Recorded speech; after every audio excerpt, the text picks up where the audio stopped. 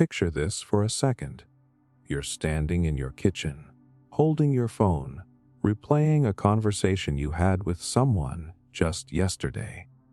They said something that hurt you, something sharp, cold, meant to sting. You bring it up today, expecting maybe an apology or at least acknowledgement. But instead, they tilt their head, almost amused, and say, "That never happened." And in that moment, your stomach drops. Because now you're not just hurt, you're confused. You start questioning your own memory, your own perception, your own sanity. That, right there, is the gaslight effect. Before we continue, a quick note. Many of you watch our videos but haven't subscribed yet, so please subscribe to our channel Restwise and join our growing community. We'd also love to know where you're watching from and what time it is for you. It's amazing to see how connected we all are. If you enjoy relaxing with philosophy, psychology, and science while drifting into sleep, give this video a like and stay with us on the journey. Now, let's get back to the video. Gaslighting isn't just lying. It's not even manipulation in the basic sense. It's psychological warfare designed to make you doubt reality itself. A criminal, a con artist, a toxic partner. Whoever uses this, they're not trying to win an argument. They're trying to rewrite your sense of truth. And once they control that, they control everything else about you. The term comes from an old movie where a man slowly makes his wife believe she's losing her mind by dimming the gas lights in their house, then denying it's happening. It sounds dramatic, but in real life, it's much more subtle, more insidious. A scammer might use it to make you question whether you really saw that transaction. A manipulative boss might twist your memory of a conversation to make you feel incompetent.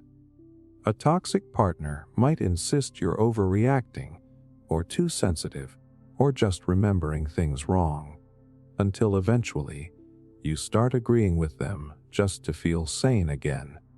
The power of gaslighting is that it works best on intelligent, empathetic people, because the smarter and more self-aware you are, the more likely you are to analyze your own behavior, to consider that maybe you could be mistaken. The gaslighter knows this. They weaponize your empathy against you. They make you think, maybe I misunderstood, maybe I'm being unfair, maybe it's me. And while you're busy questioning yourself, they're rewriting the story. Let's look at how this plays out. Imagine you confront someone about a lie. You've got proof, evidence, screenshots. Instead of addressing it, they act shocked. They tell you you're paranoid. You've always been dramatic. You twist everything. And if that doesn't work, they'll soften it. I think you're stressed. You're not sleeping well. Maybe you need to talk to someone. Notice what just happened. They shifted the focus from their lie to your mental state. Suddenly, you're not the victim of deception. You're the unstable one. And now, they're the calm, rational adult in the room, helping you see reason. It's psychological judo, using your emotional energy against you. And over time, the victim starts preemptively doubting themselves. They stop speaking up. They stop trusting their memory. They even start apologizing for things that aren't their fault. That's the point where the gaslighter has won. When you start policing your own reality on their behalf. And here's what most people don't realize: gaslighting doesn't have to be constant to work. In fact, the most effective gaslighters use intermittent reinforcement. One day they're kind, loving, reasonable. The next, cold and dismissive. Then kind again. That cycle keeps your brain in survival mode, always trying to make sense of the inconsistency. It's the same mechanism that keeps people addicted to slot machines. Your mind keeps chasing the version of them that felt safe, the moment that felt real. There's also a deeper biological layer. When you're being gaslit, your brain's stress response fires off. Cortisol, adrenaline, the full fight or flight mix. But because the threat isn't physical, you can't run or fight effectively. So your nervous system loops. You stay in a chronic state of tension, constantly seeking reassurance that never truly comes. And this constant mental exhaustion makes you easier to control, because now you just want peace. Not truth, not fairness, just quiet. You might think only gullible people fall for this, but here's the hard truth anyone can. The gaslighter doesn't need you to be naive. They just need to find the right emotional crack. A place where you care deeply about being understood or respected or loved. Once they find that crack, they wedge their control into it. Here's an example from criminal psychology that hits hard. Interrogators, both legitimate and corrupt, have used gaslighting for decades. They'll insist a suspect said something they didn't. They'll tell them witnesses confirmed things that never happened. Over hours of pressure, the suspect's brain starts to fold under doubt. There are documented cases where completely innocent people confess to crimes they didn't commit, simply because they started to believe they must have done something they didn't remember. That's not weakness. That's how powerful this psychological distortion can be. Now, if you've ever been gaslit, you know it leaves scars that logic alone can't heal. You start second-guessing everything.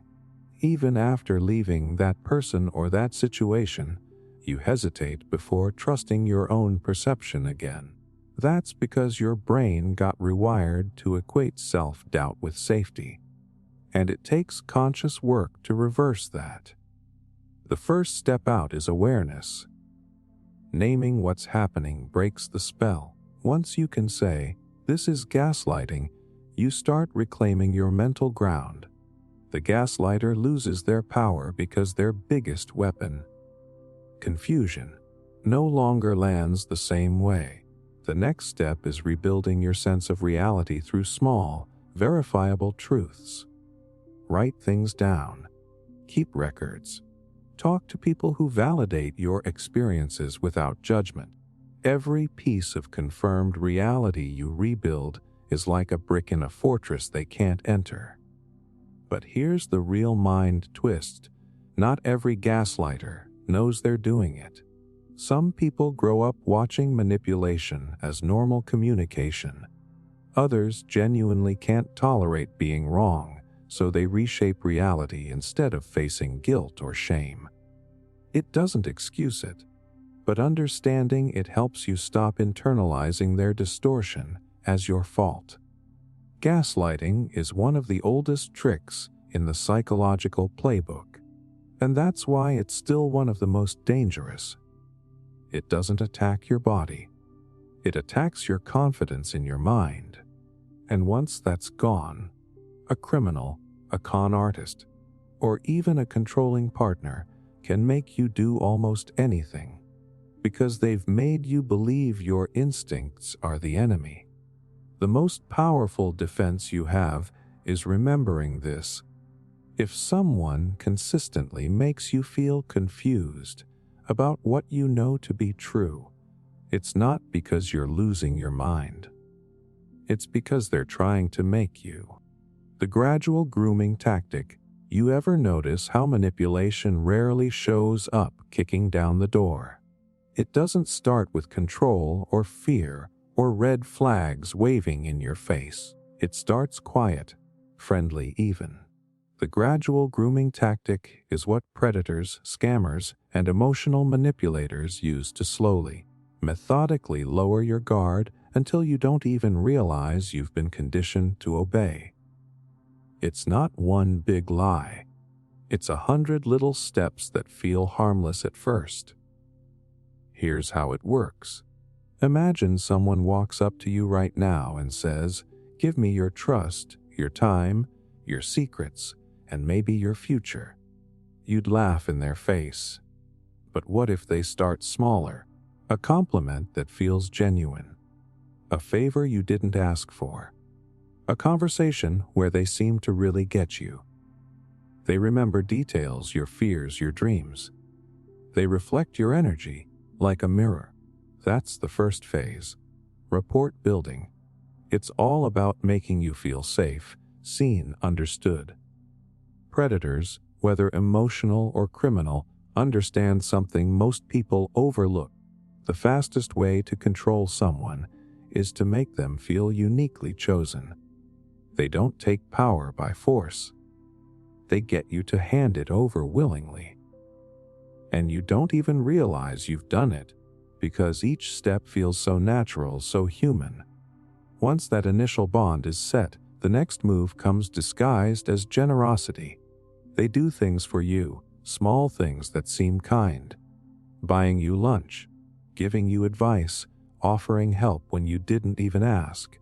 Your brain subconsciously starts to create a debt ledger. This person is good to me. I owe them trust. And here's the sinister part. The manipulator counts on that. Psychologists call it the reciprocity principle. Humans are wired to return favors, even unspoken ones. A criminal who knows how to trigger that instinct can get you to justify almost anything they do later.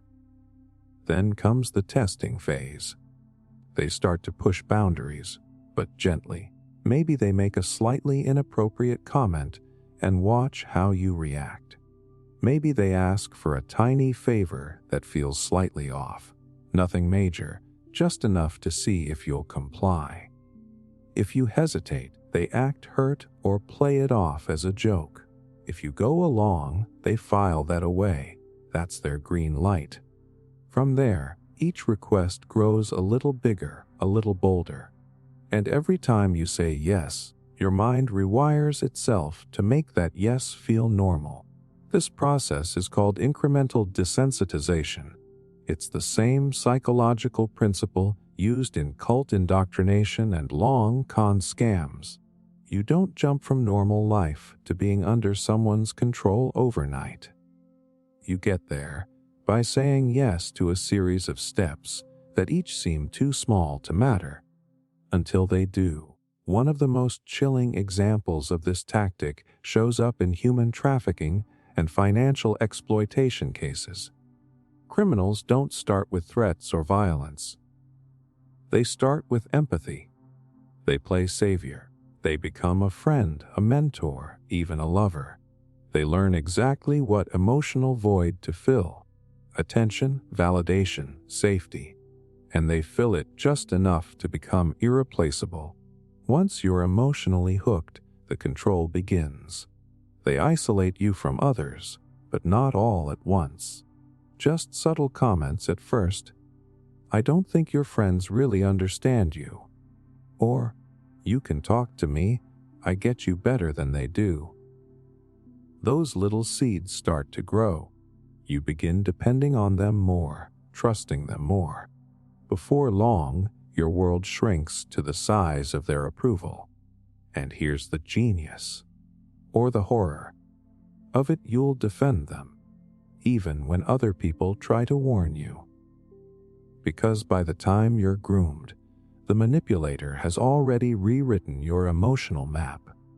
You're no longer evaluating them based on logic. You're bonded to them through emotion. It's like your brain has been reprogrammed to crave their validation and fear their disappointment. That's not weakness. That's biology. See, our brains are wired for connection. When someone gives us consistent attention and affection, our body releases oxytocin, the same hormone that creates trust and bonding in healthy relationships.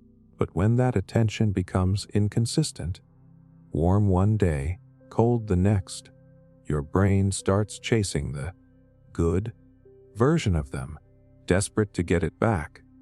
That's where the hook tightens. It's not love anymore, it's chemical dependency.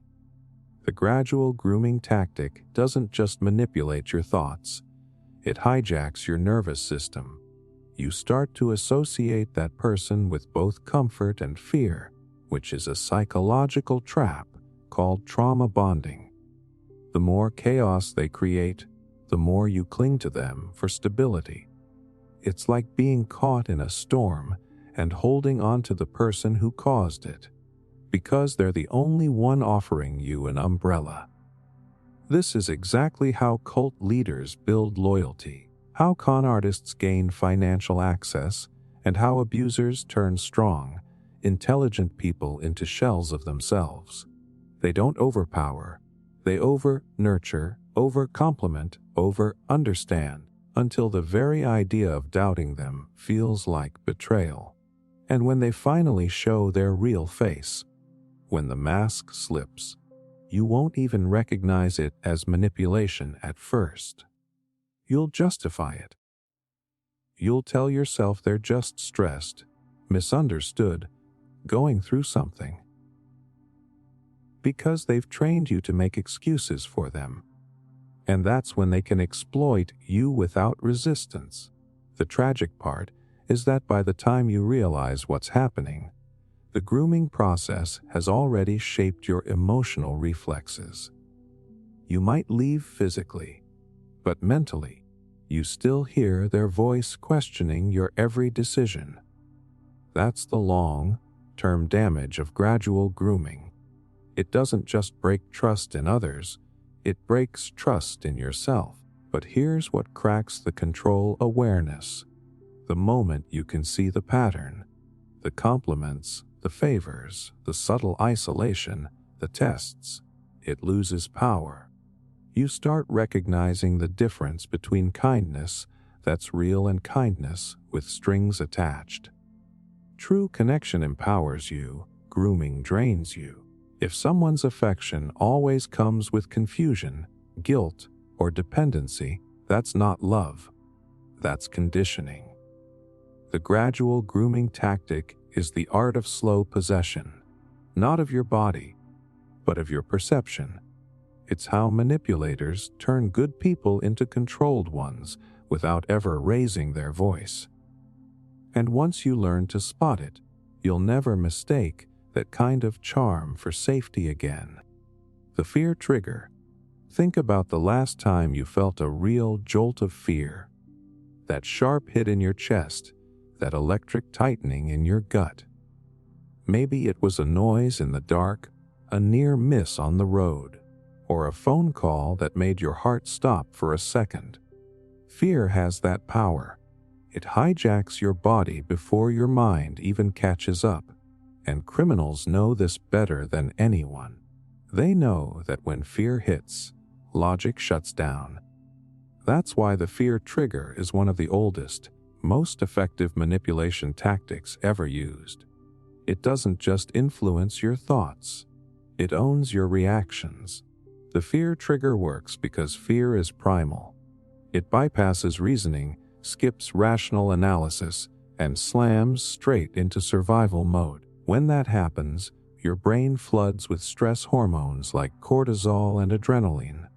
Your focus narrows, your heart rate spikes, and your body prepares to fight, flee, or freeze. But here's the part most people don't realize in that state. Your brain becomes desperate for safety, not truth. And whoever offers that safety, even if they caused the fear in the first place, becomes the one you obey. That's exactly how scammers, cult leaders, corrupt authorities, and emotional abusers take control. They trigger fear, then immediately position themselves as the solution to it. It's the psychological equivalent of lighting a fire and then selling you the water to put it out. Take financial scams, for example. You get a message that says your bank account has been compromised. Panic hits instantly. You don't think, you react. You click the link, you follow instructions, You hand over details, all because your brain is screaming, "Fix it now." In that moment, you're not reasoning, you're surviving. The scammer doesn't need to convince you logically. They just need to keep you scared long enough to make you compliant. But this isn't just about scams. The fear trigger shows up everywhere manipulation lives. A controlling partner might use it to keep you in line. "If you leave, you'll never make it without me." A corrupt boss might say, "If you speak up, you'll lose your job." Even social manipulators, those who feed on status and control, use fear of exclusion. You don't want to look stupid, do you? Each version taps into the same instinct, the part of you that believes safety depends on compliance. And here's the scary part: your body rewards submission. When you comply with the threat, your brain releases a wave of relief chemicals. That momentary calm feels like safety, but it's actually reinforcement. Your brain starts linking obedience with survival. That's how fear conditioning locks in. The next time a similar threat appears, your instinct will push you to comply even faster, before you've even thought about it. There's a reason propaganda and psychological warfare rely so heavily on fear. Fear shapes perception faster than facts ever can. If you keep people anxious, they stop questioning. Their focus shifts from, "Is this true?" to, "How do I stay safe?" That's how entire populations can be manipulated, through repeated exposure to fear-based messaging until people start seeking protection instead of truth. In individual manipulation, the same pattern plays out more quietly, but just as destructively. Let's say a fraudster wants to get close to you. They'll first find out what you fear most: losing money, losing reputation, losing love. Then they'll engineer scenarios that trigger those specific fears. They'll warn you about fake threats, then slide in as the one who can protect you. Over time, you associate their presence with relief, not realizing they're the source of your anxiety in the first place. In abusive relationships, this tactic becomes a cycle. The abuser creates chaos, yelling, threats, emotional withdrawal, then comforts you afterward. That comfort feels like rescue, but it's not love, it's the release of fear. Your body literally thanks them for ending the pain they caused. This is called trauma bonding, and it's one of the hardest cycles to break because your nervous system mistakes danger for devotion. Even in high-level criminal operations, the fear trigger is weaponized strategically. In interrogation rooms, in scams, in cult recruitment, it's all the same structure: induce panic, restrict information, then control behavior. The less time you have to think, the more predictable your actions become. A brain in fear is like a cornered animal. It'll grab the first exit offered, even if it's a trap. What makes this so dangerous is that fear feels truthful. When you're afraid, your mind assumes there must be a reason. That's why so many people fall for fake emergencies, false accusations, or staged crises. The intensity of fear convinces you the threat is real, even when it's completely fabricated. So how do you protect yourself? Awareness alone won't stop fear from hitting. It's automatic, but you can learn to pause before reacting. That pause is your shield. When something or someone tries to rush you with fear, a deadline, a threat, a what if, that urgency is the red flag. Real safety never demands panic. Real truth doesn't need fear to make its point. If you can breathe through the first 10 seconds of a fear trigger, your logical brain starts to come back online. That's when you can ask, who benefits if I panic right now? Because that's the question fear never wants you to ask. The moment you look at fear instead of through it, its power breaks. Criminals, manipulators, and even institutions have used the fear trigger for centuries because it works. Until someone knows what's happening. Once you understand the mechanism, you start seeing it everywhere in scams, in relationships, in the news. Fear sells, fear controls, fear manipulates. But the one thing fear can't survive is awareness. So the next time someone tries to make you afraid in order to make you act, stop. Don't move, don't click, don't answer. Take that breath. Because the truth is, the person or system that tries to rush your fear is almost always the one that profits from it. And once you can spot that, they lose the only real weapon they ever had. The emotional roller coaster. You ever notice how some people can make you feel like the most important person in the world one moment and completely worthless the next? Like you're constantly walking on emotional eggshells, trying to figure out which version of them you're going to get today.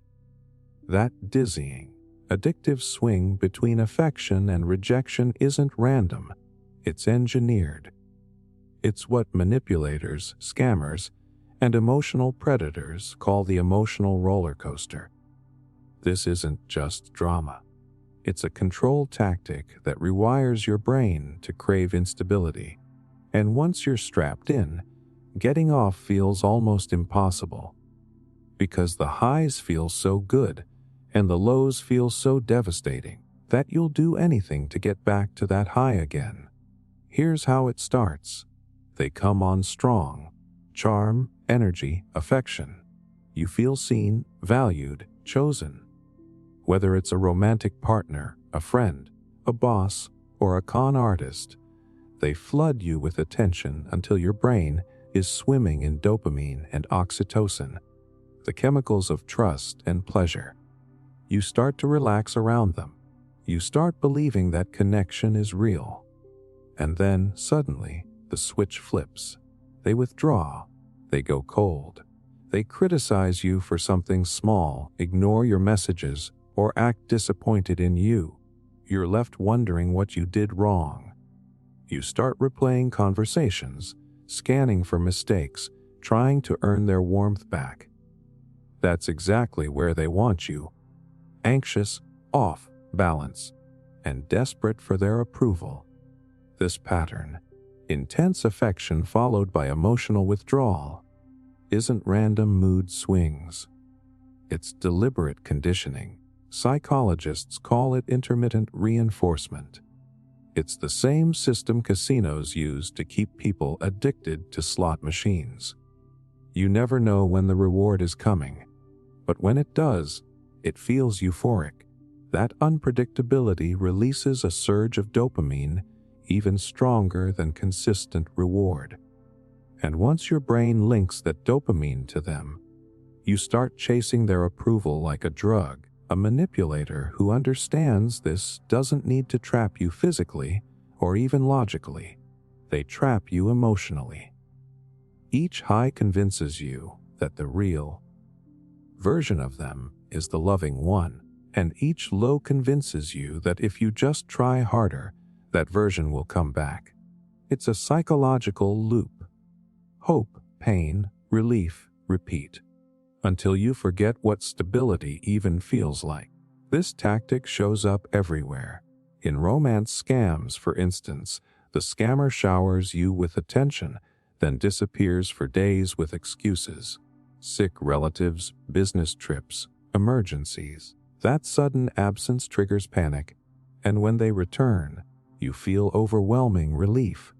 That emotional whiplash bonds you to them even deeper, making it easier for them to ask for money, favors, or secrets later. You don't even notice it's manipulation because it feels like love.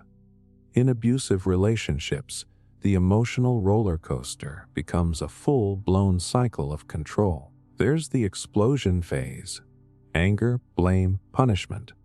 Then comes the remorse phase, apologies, gifts, promises to change. That short-lived calm is the high point of the ride. Victims describe it as intoxicating, like falling in love all over again. But it's not love. It's relief from fear. And that's what keeps people stuck. You start associating the abuser's kindness with safety, even though they're the one causing the chaos. On a biological level, your body starts adapting to this volatility. Constant adrenaline and cortisol spikes leave your nervous system raw. You become hyper-alert, scanning for emotional cues. The tone of their voice, the timing of a text, the look in their eyes. You're living in fight or flight mode, not out of weakness, but because your brain is trying to survive emotional unpredictability. Over time, your self-worth starts depending on how they treat you in any given moment. That's how deep this conditioning goes. Even con artists outside of relationships use the same playbook. They'll build you up, make you feel special, chosen for an exclusive opportunity, part of something elite. Then they'll suddenly pull back or introduce a problem. The deal might fall through. Someone else is interested. I'm not sure you can handle this. That drop creates anxiety. And to relieve it, you'll do exactly what they want.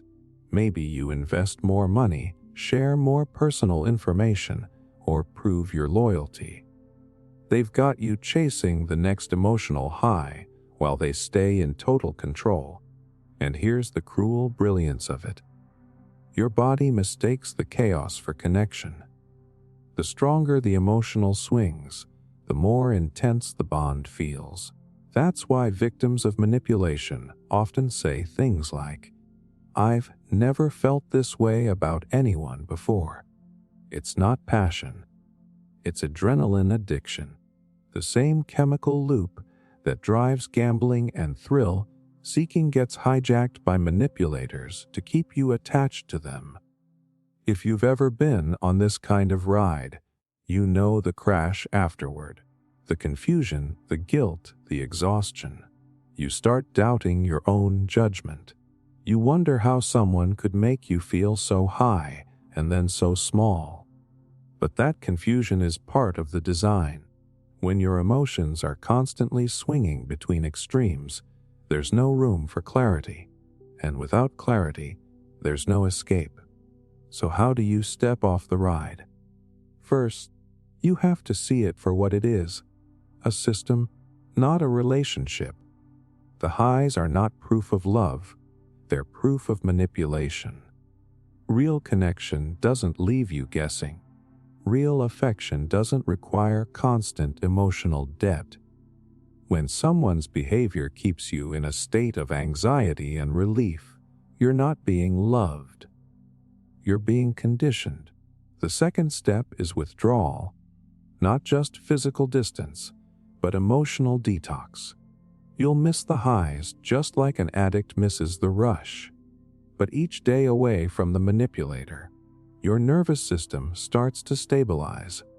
The silence that used to feel unbearable begins to feel peaceful.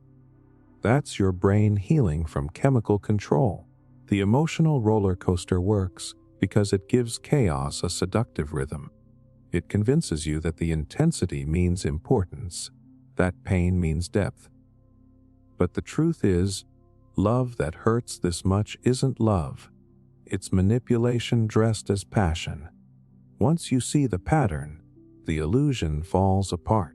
And that's when you take back the one thing they were trying to steal all along: your emotional balance. The reciprocity trap. You ever have someone do you a favor that felt a little too generous? Like they went out of their way to help you. And even though you didn't ask for it, you suddenly felt this quiet pressure to give something back. That's not just politeness. That's psychology being used against you. It's called the reciprocity trap, and it's one of the most powerful manipulation tactics criminals and con artists ever discovered. See, reciprocity is wired into us. It's one of the oldest survival instincts in human behavior. If someone gave you food, you gave them shelter. If someone helped protect your family, you helped protect theirs. Societies were built on this exchange. It kept the tribe alive. But that same instinct, the one that helped us survive, can be flipped into a weapon of control. Because when you feel indebted, even slightly, your brain starts prioritizing repayment over reason.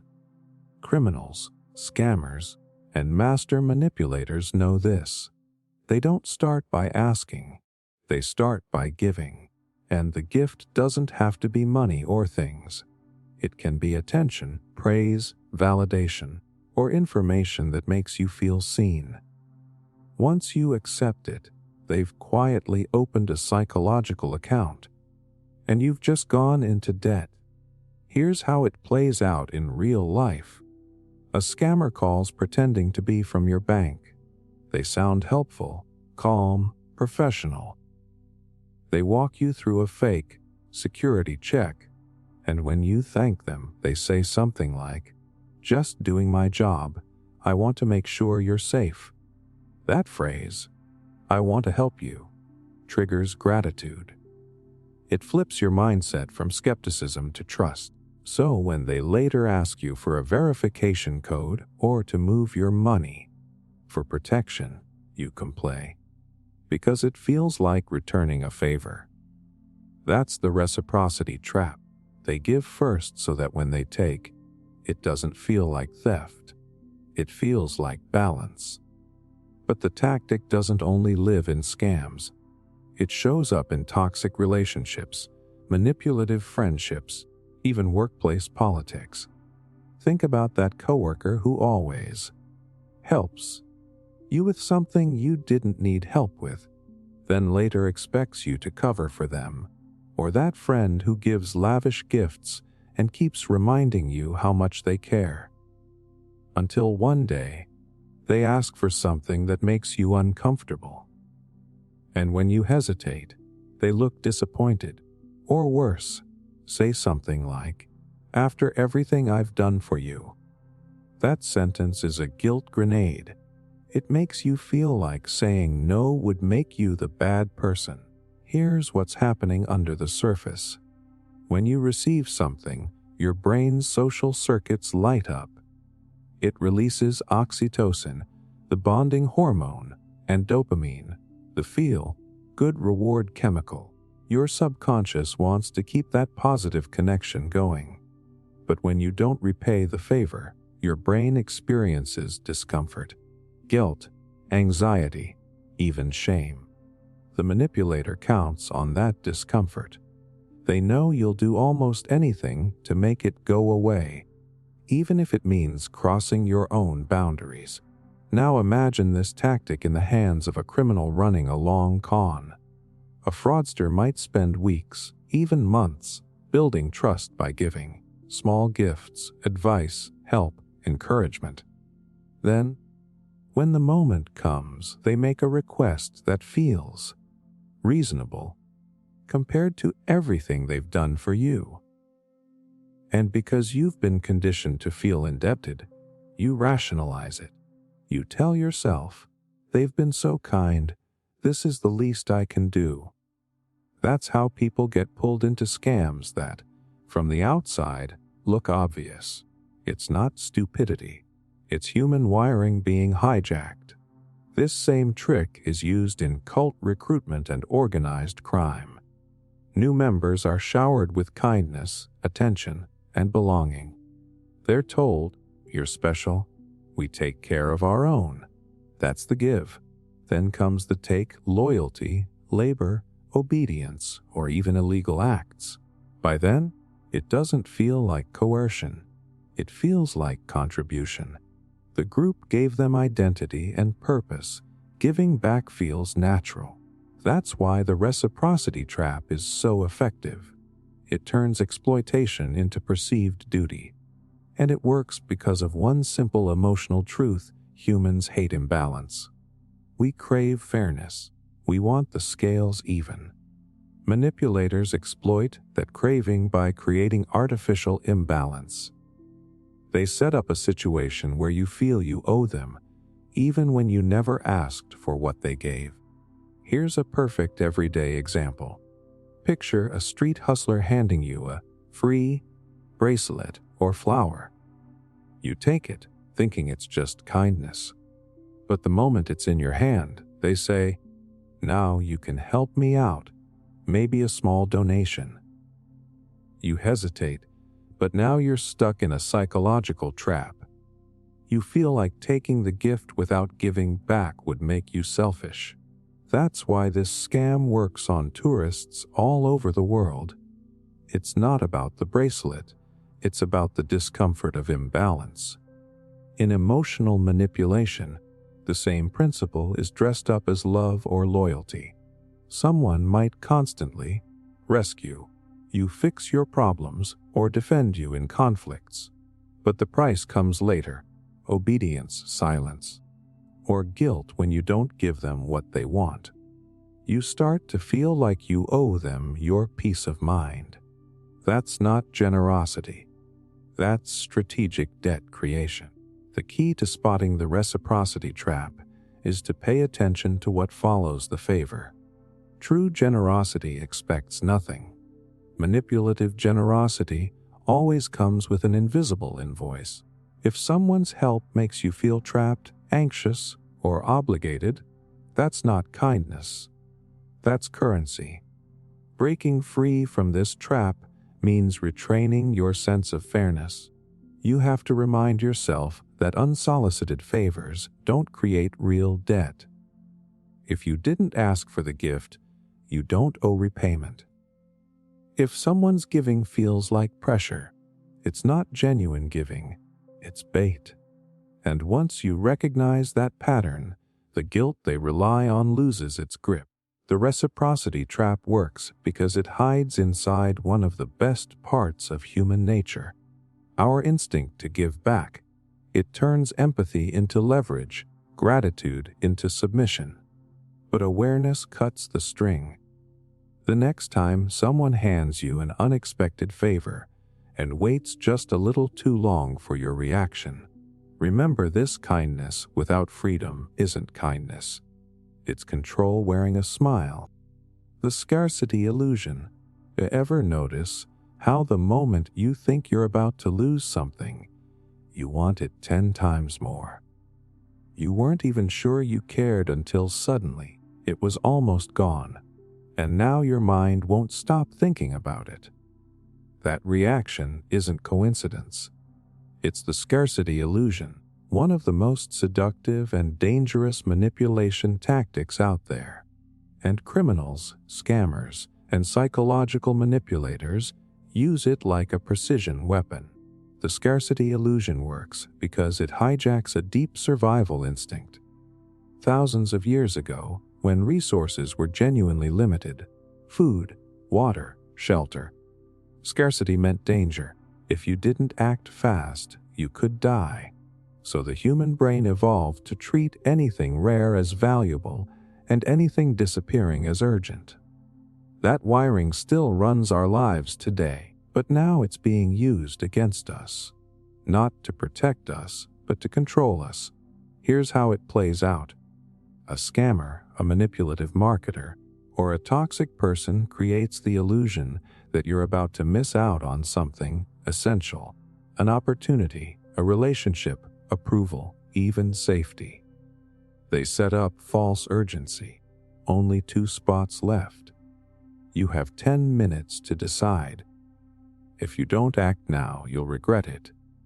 Your brain doesn't stop to evaluate. It panics. It moves from thinking to reacting. That's when you stop questioning and start complying. Criminals love this tactic because it doesn't require persuasion. It just requires pressure. They don't have to convince you something is good. They just have to convince you it's rare. The moment they trigger that scarcity response, your brain releases adrenaline and dopamine, a chemical cocktail that mixes anxiety with anticipation.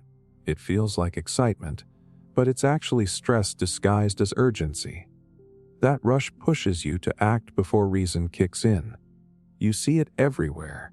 Limited time offers, exclusive access, flash sales, last chance deals.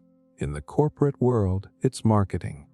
In the criminal world, it's manipulation. Take investment scams. The scammer tells you about a secret deal that only a few insiders know about. They say they're letting you in because they trust you, but time is running out. That ticking clock isn't real. It's psychological warfare. Because if they can make you fear missing out more than you fear losing money, you'll sign anything.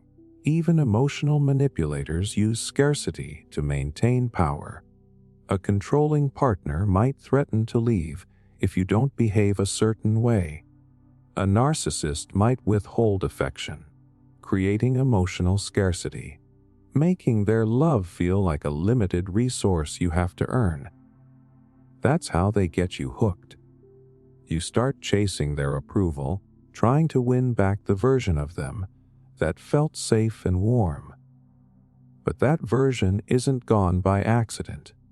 They engineered its disappearance to keep you chasing. The power of the scarcity illusion lies in perception, not reality. You can make something worthless look priceless if you convince people it's rare. That's why scammers use countdown timers, one-time opportunities, and fake competition.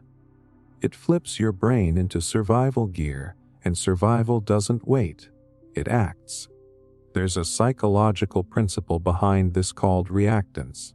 It means that when people feel their freedom of choice is being restricted, they rebel by doing whatever they must to get that freedom back, even if it means making a bad decision.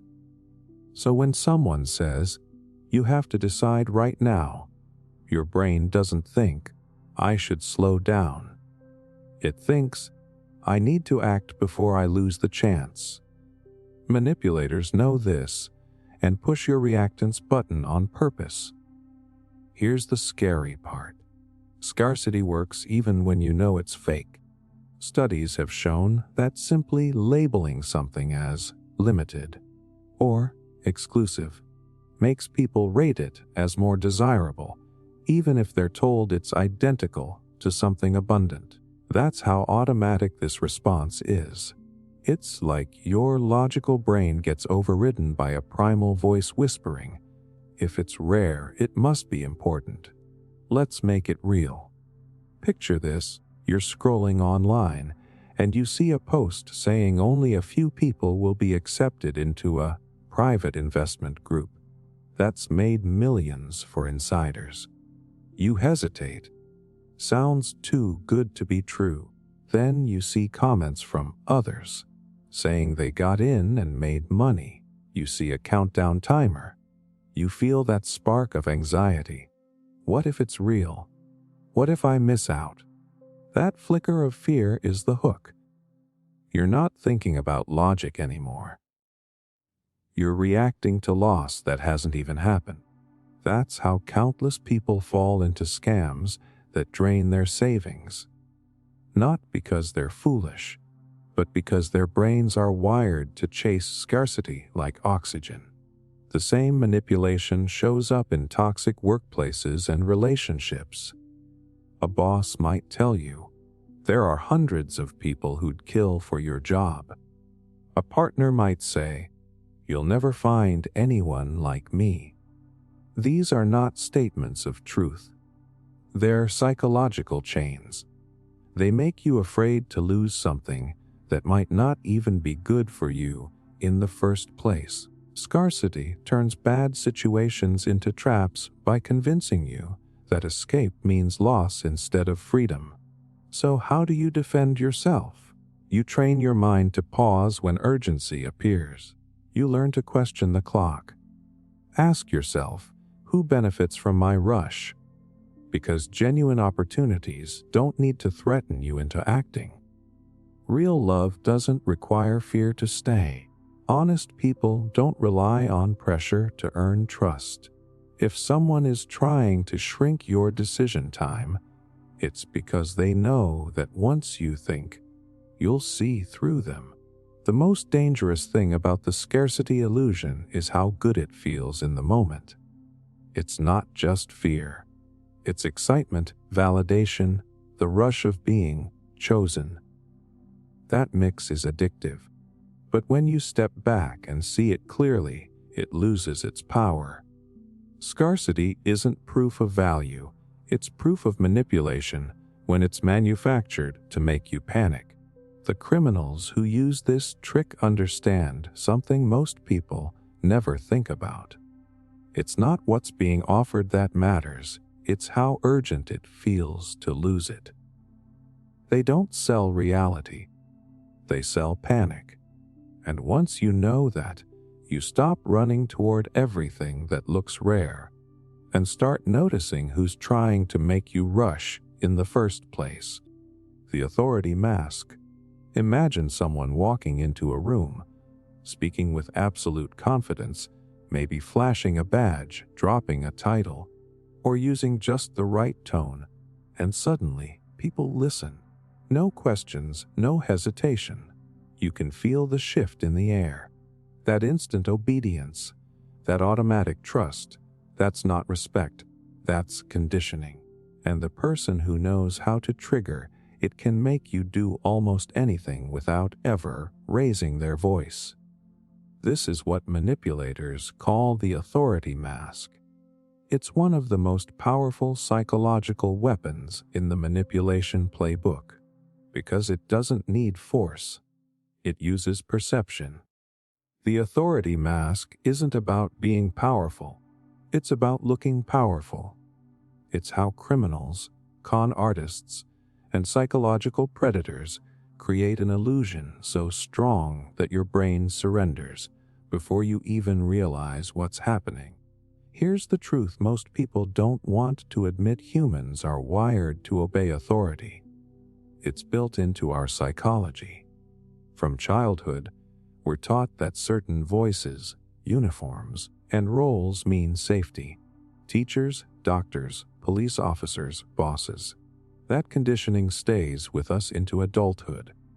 When someone appears to have authority, our brains automatically hand them credibility and power, even before they've earned it. Criminals exploit this reflex all the time. A scammer calls pretending to be from your bank or a government agency. They speak formally, use official-sounding language, maybe mention regulations or case numbers. You freeze up. You don't want trouble, so you comply. They tell you there's a security issue, a fine, a verification process, and before you know it, you're handing over information you'd never share with a stranger. Not because you trusted them, but because you feared not trusting them. That's the brilliance of the authority mask. It doesn't rely on persuasion. It relies on intimidation disguised as legitimacy. It makes you feel like resistance equals danger, and the moment fear joins the equation, logic leaves.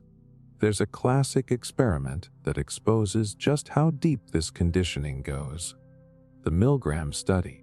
Participants were told to administer electric shocks to another person whenever they answered a question wrong. Authority figure, a man in a lab coat, told them to continue, even as the other person screamed in pain. Most people obeyed. Why? Because the man in the coat looked like he was in charge. No gun, no threat, just the appearance of authority. That's how powerful this reflex is. It can override empathy, doubt, even morality. Now think about how that same mechanism gets used in the real world. Fake cops extort victims by flashing badges. Cult leaders claim divine authority, using it to demand loyalty. Corporate manipulators hide behind titles, exploiting subordinates who are too afraid to question them. Abusive partners even play this game. They position themselves as the rational one, the voice of reason, making you feel like your emotions are the problem. Authority doesn't always wear a uniform. Sometimes it just wears confidence. Confidence, by the way, is the fabric of the authority mask.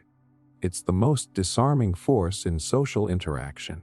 Someone who speaks with certainty triggers what psychologists call the confidence heuristic, our instinct to equate confidence with competence. You might feel something is off, but your brain says, they sound sure, so they must know what they're talking about. And right there, they have you. One of the cleverest uses of this tactic happens in long cons. The manipulator plays the part of an insider, an investor, a recruiter, an executive. They use the right jargon, the right clothes, the right posture. They talk like someone who knows the system from the inside, and because of that, people hand over money, information, even personal boundaries. They're not deceived by facts. They're hypnotized by presentation. But the authority mask doesn't just control individuals. It can control groups. Fear-based leaders know that authority creates order, and order silences dissent. The more structured and formal they make their environment, the titles, the ranks, the symbols, the less likely people are to question the system itself. It's psychological architecture designed to suppress critical thinking. And here's where it gets even darker. Manipulators don't need real authority to use the mask. They just need you to believe they have it. A fake police badge, a made-up certification, even a calm, commanding voice. The illusion is often enough. In fact, the less time you have to verify, the stronger the mask works. That's why scammers create urgency. You have to act now. They don't want your brain checking facts. They want your instincts bowing down. This tactic preys on one of the most dangerous assumptions we make, that authority equals honesty. We tell ourselves that people in charge must have earned their position. But manipulation doesn't need legitimacy, it just needs the right costume. And criminals know that the world gives power to whoever looks like they belong in it. So how do you defend yourself against the authority mask? You don't have to become distrustful of everyone, but you do have to separate presentation from proof. If someone claims power over you, to demand money, obedience, or even respect, pause and verify. Ask questions. Real authority welcomes scrutiny. Fake authority demands obedience. If a voice, badge, or title ever tries to make you feel small, rushed, or guilty for questioning, that's your signal. That's not leadership. That's manipulation. Authority that's real doesn't need to force compliance. It earns it through consistency and truth. The authority mask works because it exploits one of our deepest instincts, our desire for safety and structure. But once you see the mask for what it is, a costume, a performance, it loses its magic. Behind every false badge, every commanding tone, every official demand, there's just another person trying to control what you believe. The moment you start asking why, the mask cracks.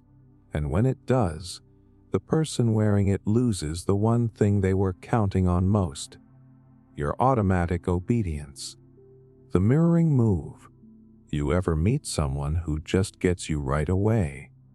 They laugh when you laugh, talk the way you talk, seem to finish your sentences before you do.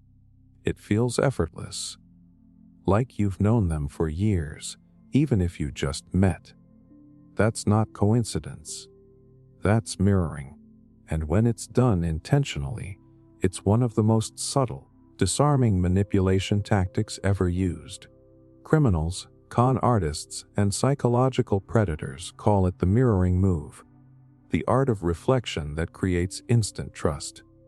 See, Humans are wired to trust familiarity. We like people who seem like us. It's built into our social instincts. When someone matches our tone, rhythm, or gestures, our brains interpret it as connection, as safety. It's the same reason we feel closer to people who share our opinions, our hobbies, or even our body language. It's not logical, it's chemical. Mirroring releases oxytocin, the bonding hormone, and calms the amygdala, the brain's threat detector. In other words, it tricks your nervous system into thinking, this person is safe. Now, in genuine relationships, mirroring happens naturally. It's empathy in action. You lean forward, they lean forward. You smile, they smile. It's an unconscious dance of human connection. But manipulators take that instinct and weaponize it. They don't just reflect your behavior, they study it. They pick up your patterns, your tempo, your emotional language, and feed it right back to you until you start trusting them faster than you should. Think about a skilled con artist. They don't rush, they listen.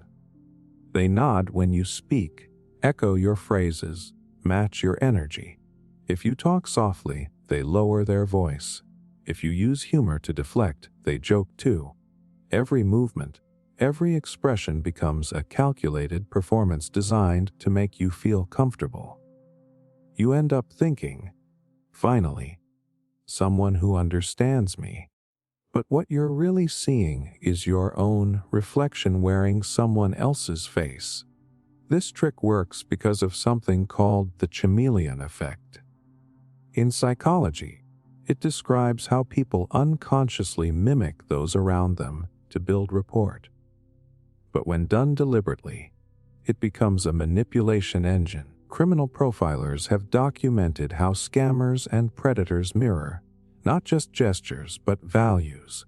They find out what matters most to you: family, loyalty, ambition, kindness, and mirror it back as if it's part of who they are.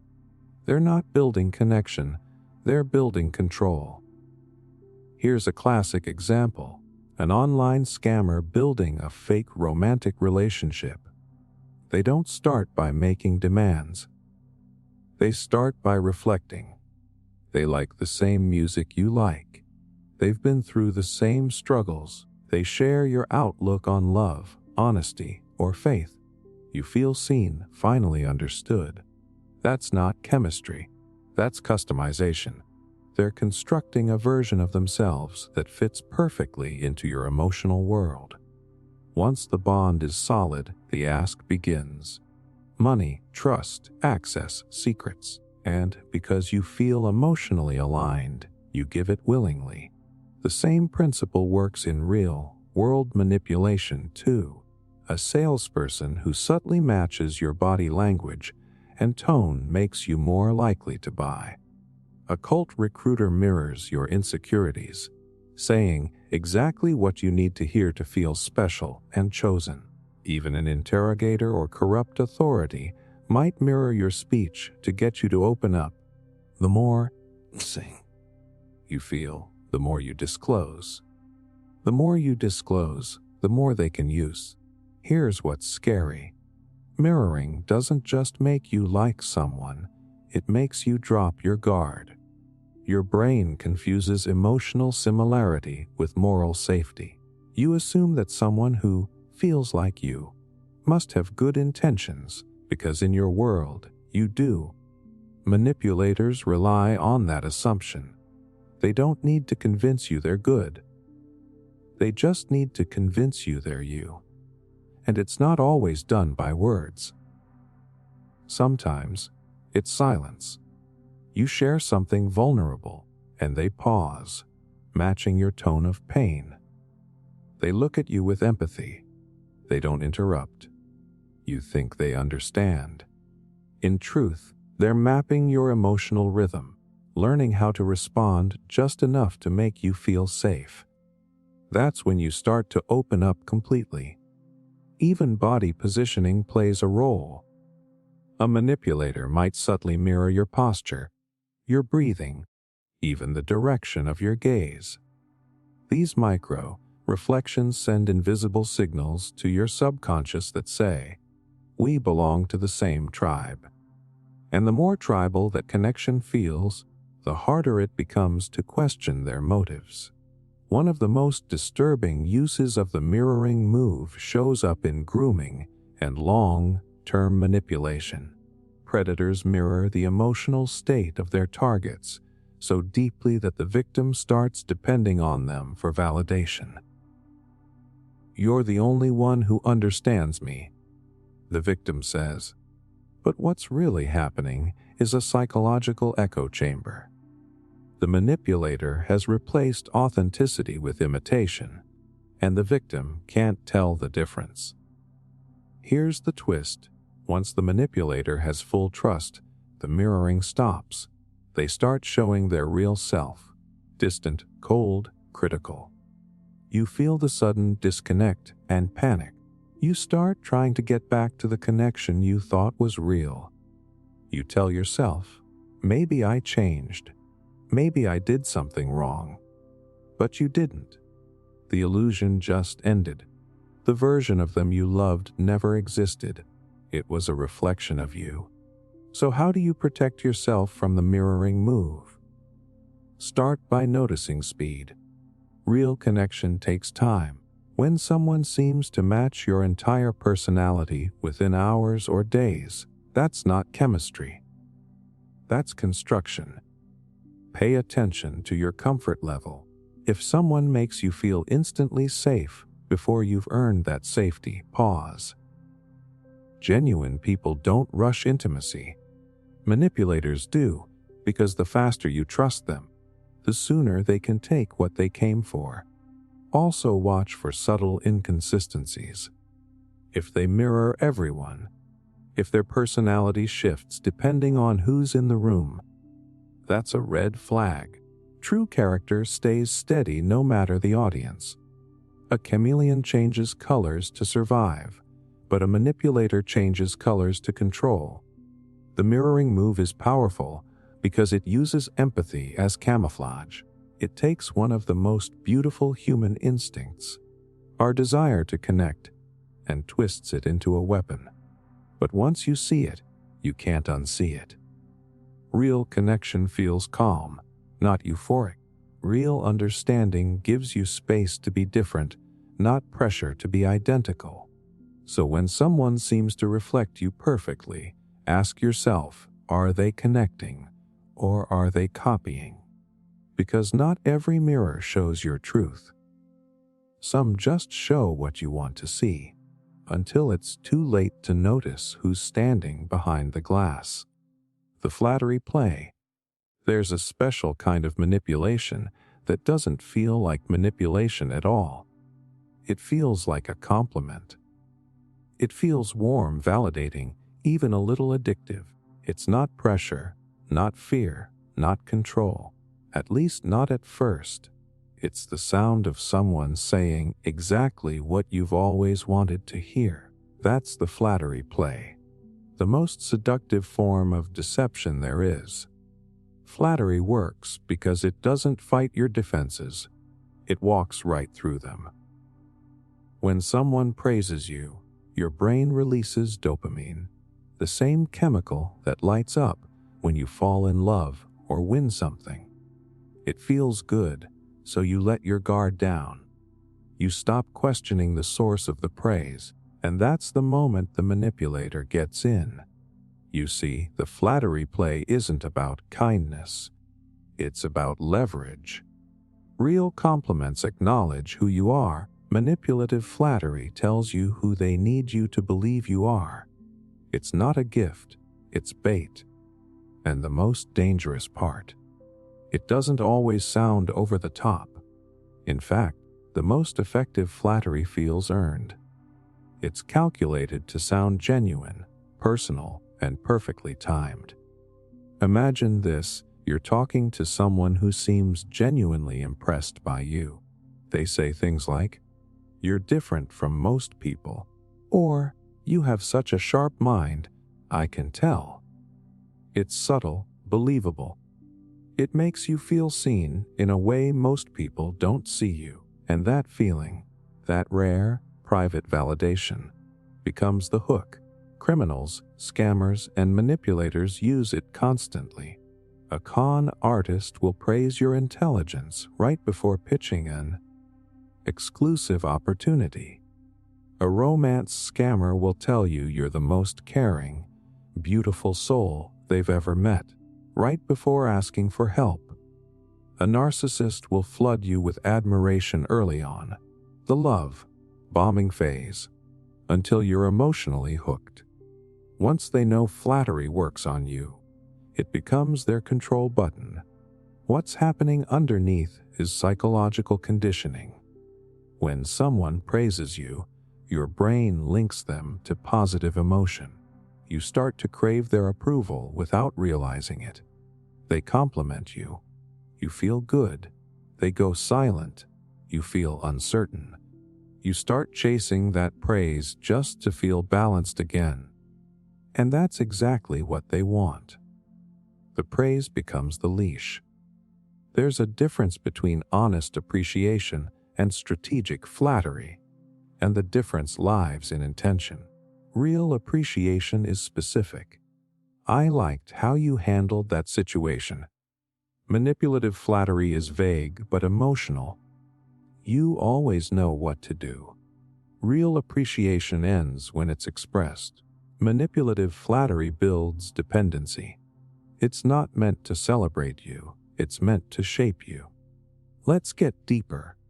The flattery play thrives on what psychologists call ego maintenance. Everyone has a version of themselves they want to believe in. Smart, kind, strong, misunderstood, unique. The manipulator studies that self-image and mirrors it back. They identify your emotional blind spot. Maybe you feel unappreciated, overlooked, or underestimated, and they fill that void with praise. Once they control how you feel about yourself, they can control what you do for them. It's almost poetic how it works. They give you words instead of proof, and you give them trust instead of caution. They don't need to earn influence. They just need to feed your self-perception.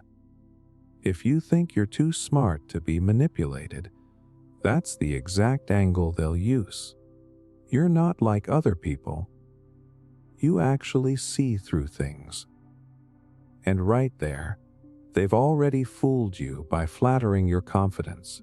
Even skilled interrogators and fraudsters know the flattery play works better than intimidation. A victim who feels special is easier to lead than one who feels threatened. That's why manipulation often starts with admiration, not aggression. It's not, do this or else. It's, you're the only one who could do this. The outcome is the same, compliance, but it feels like your choice. This tactic doesn't just appear in scams or relationships, it's everywhere. In workplaces, a manipulative boss might tell you you're their most reliable employee just before dumping extra work on you. In politics, leaders flatter the public's intelligence to make lies sound patriotic. In marketing, brands flatter your individuality. You deserve this. You're not like everyone else. To sell you something you don't need. Flattery is so effective because it plays to two universal desires, the need to feel valued and the need to feel seen. When those two are satisfied, logic softens. You stop scrutinizing motives. You tell yourself, they wouldn't say that unless they meant it. But manipulators don't need to mean it. They just need you to believe it long enough for them to benefit. The emotional cycle that follows is brutal. Once you've been hooked by flattery, they'll start to pull it away. That silence, that shift in tone, triggers insecurity. You start wondering what you did wrong. You work harder to win their approval back, and the more you chase that praise, the more power they gain. They've turned your self worth into a currency they control. But here's the paradox: the more desperate someone is to make you feel amazing, the more you should slow down. Real connection doesn't need to be inflated to feel good. Genuine respect doesn't sound like a performance. The manipulator flatters not because you're truly great, but because your greatness serves their purpose. The best defense is awareness. When praise feels too sudden, too sweeping, or too personal for how little someone knows you, pause. Ask yourself, what are they trying to get me to feel? Because in manipulation, the goal isn't to make you happy, it's to make you agreeable. There's nothing wrong with enjoying kind words. We all need validation. But when every compliment comes with a subtle pull, an ask, a favor, a shift in boundaries, that's when flattery stops being sweet and starts becoming strategic. The flattery play is emotional camouflage. It hides control inside kindness, exploitation inside admiration. It teaches you to mistake approval for authenticity. But once you recognize that pattern, the perfect timing, the too easy praise, the way they seem to know exactly how to make you feel special, it loses its spell. Because the truth is, you don't need anyone to tell you who you are to know your worth. And the moment you stop relying on flattery for validation, the manipulator loses their weapon, because their power only exists in the space between your doubt and their praise. The foot in the door trick, it never starts big. That's the genius of it. No one walks up and asks for something outrageous right away. They start small, something harmless, something easy to say yes to. And by the time you realize where it's going, you're already in too deep to pull back. That's the foot in the door trick. One of the oldest, most reliable manipulation tactics ever created. It looks innocent, but it works like psychological gravity. Once you give a little, you're pulled to give more. The trick is simple. Get someone to agree to a small request first, then use that agreement to unlock much bigger ones later. Criminals, con artists, and even cult recruiters love it, because it builds compliance momentum. The more you say yes, the harder it becomes to say no. Here's why it works. Our brains crave consistency. We want our actions to match our self-image. If you say yes to something, even something tiny, your subconscious starts building a story around that decision. I help because I'm a helpful person. I agreed because I'm reasonable. Once that story's in place, the manipulator simply asks again, for something a bit bigger. To stay consistent with your own self-image, you agree. You're not doing it for them anymore. You're doing it to protect the story you've told about yourself. It's classic psychological conditioning. The first yes isn't about the favor. It's about creating a door. The moment you open it, they slip their foot inside, and from that point on, the pressure comes not from them, but from you. That's the beauty of the trick. It turns self-control into self-manipulation. Picture this: a scammer pretending to raise money for charity knocks on your door. They ask if you'd mind signing a quick petition. No money, just a signature to raise awareness. You sign. Feels good, right? You helped. Then they come back a week later, this time asking for a small donation. You've already said yes once. It would feel inconsistent to refuse now. Then, maybe a month later, they ask if you'd host a small fundraising event. At that point, you've built an identity as a supporter. They're not manipulating you anymore. Your own need to feel consistent is. There's a famous experiment from the 1960s that proved just how powerful this is. Psychologists Friedman and Fraser asked people to put a small sticker in their window supporting safe driving. A few weeks later, they returned and asked the same people to install a huge, ugly, "Drive safely" sign in their front yard. Most people who hadn't done the sticker refused, but those who had, the majority agreed. That tiny yes rewired their identity. They went from being random homeowners to people who care about road safety. And that shift made all the difference. Criminals and manipulators exploit that same mechanism, just in darker ways. A fraudster might first ask you to confirm a small piece of personal information, like your email or last name. Then, when they ask for your bank details later, your brain doesn't see it as a new request, it sees it as a continuation of the same interaction. You're not giving your details to a stranger anymore. You're finishing a conversation you already started. Even toxic relationships use the same pattern. A controlling partner doesn't start by demanding your total obedience. They start small. "Can you just text me when you get home?" Sounds caring, right? Then it becomes, "Can you tell me who you're with?" Then, "Can you stop hanging out with that person?" Before long, your world has shrunk without you noticing, and you're agreeing to things you never would have tolerated in the beginning. Each small yes made the next one easier to justify. The foot in the door trick works because it builds emotional investment. Once you've put time, energy, or even your reputation into something, you don't want to admit you've been manipulated. So you double down. You tell yourself you're making your own decisions, even as the choices get worse. That's why the smartest manipulators don't push. They guide. They let you walk yourself into the trap. There's another layer too. Reciprocity. Once you've agreed to something small, the manipulator might thank you sincerely or make you feel appreciated. That little dose of validation cements the behavior.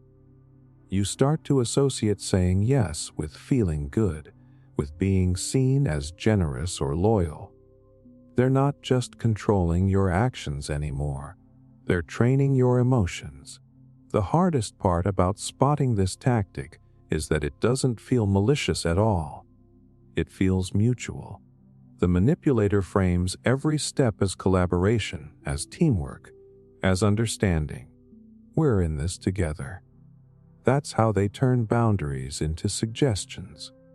You'll even see this in cult dynamics. A recruiter might first ask you to attend a harmless seminar, just to listen. Then they ask for a small donation or a few hours of volunteer work. Soon you're moving across the country, cutting ties, surrendering control. At each step, it feels like your choice. That's what makes it so chilling. It hides control inside your own free will. So how do you fight back? You learn to recognize when your yes is being used as a foundation for the next ask. Pay attention to escalation. If every favor you grant leads to a bigger one, pause. Ask yourself, would I agree to this if it were the first thing they asked? That one question cuts through the illusion. Also, notice the emotional pull. Manipulators love to remind you of your earlier yes. You helped before. You've always been so supportive.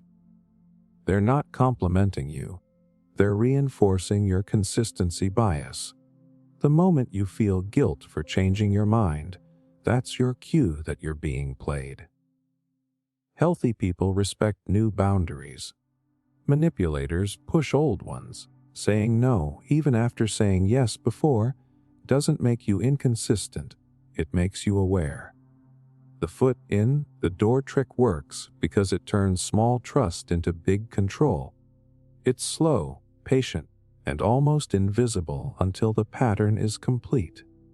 But once you see it, Once you understand how your own psychology can be turned against you, you take back the one thing the manipulator needs most: your unconscious compliance. The real danger isn't the first yes. It's believing that one small yes means you owe the next one. You don't. You never did. And the moment you realize that, the door they thought they had their foot in slams shut, right in their face. The sympathy hook, it doesn't start with charm.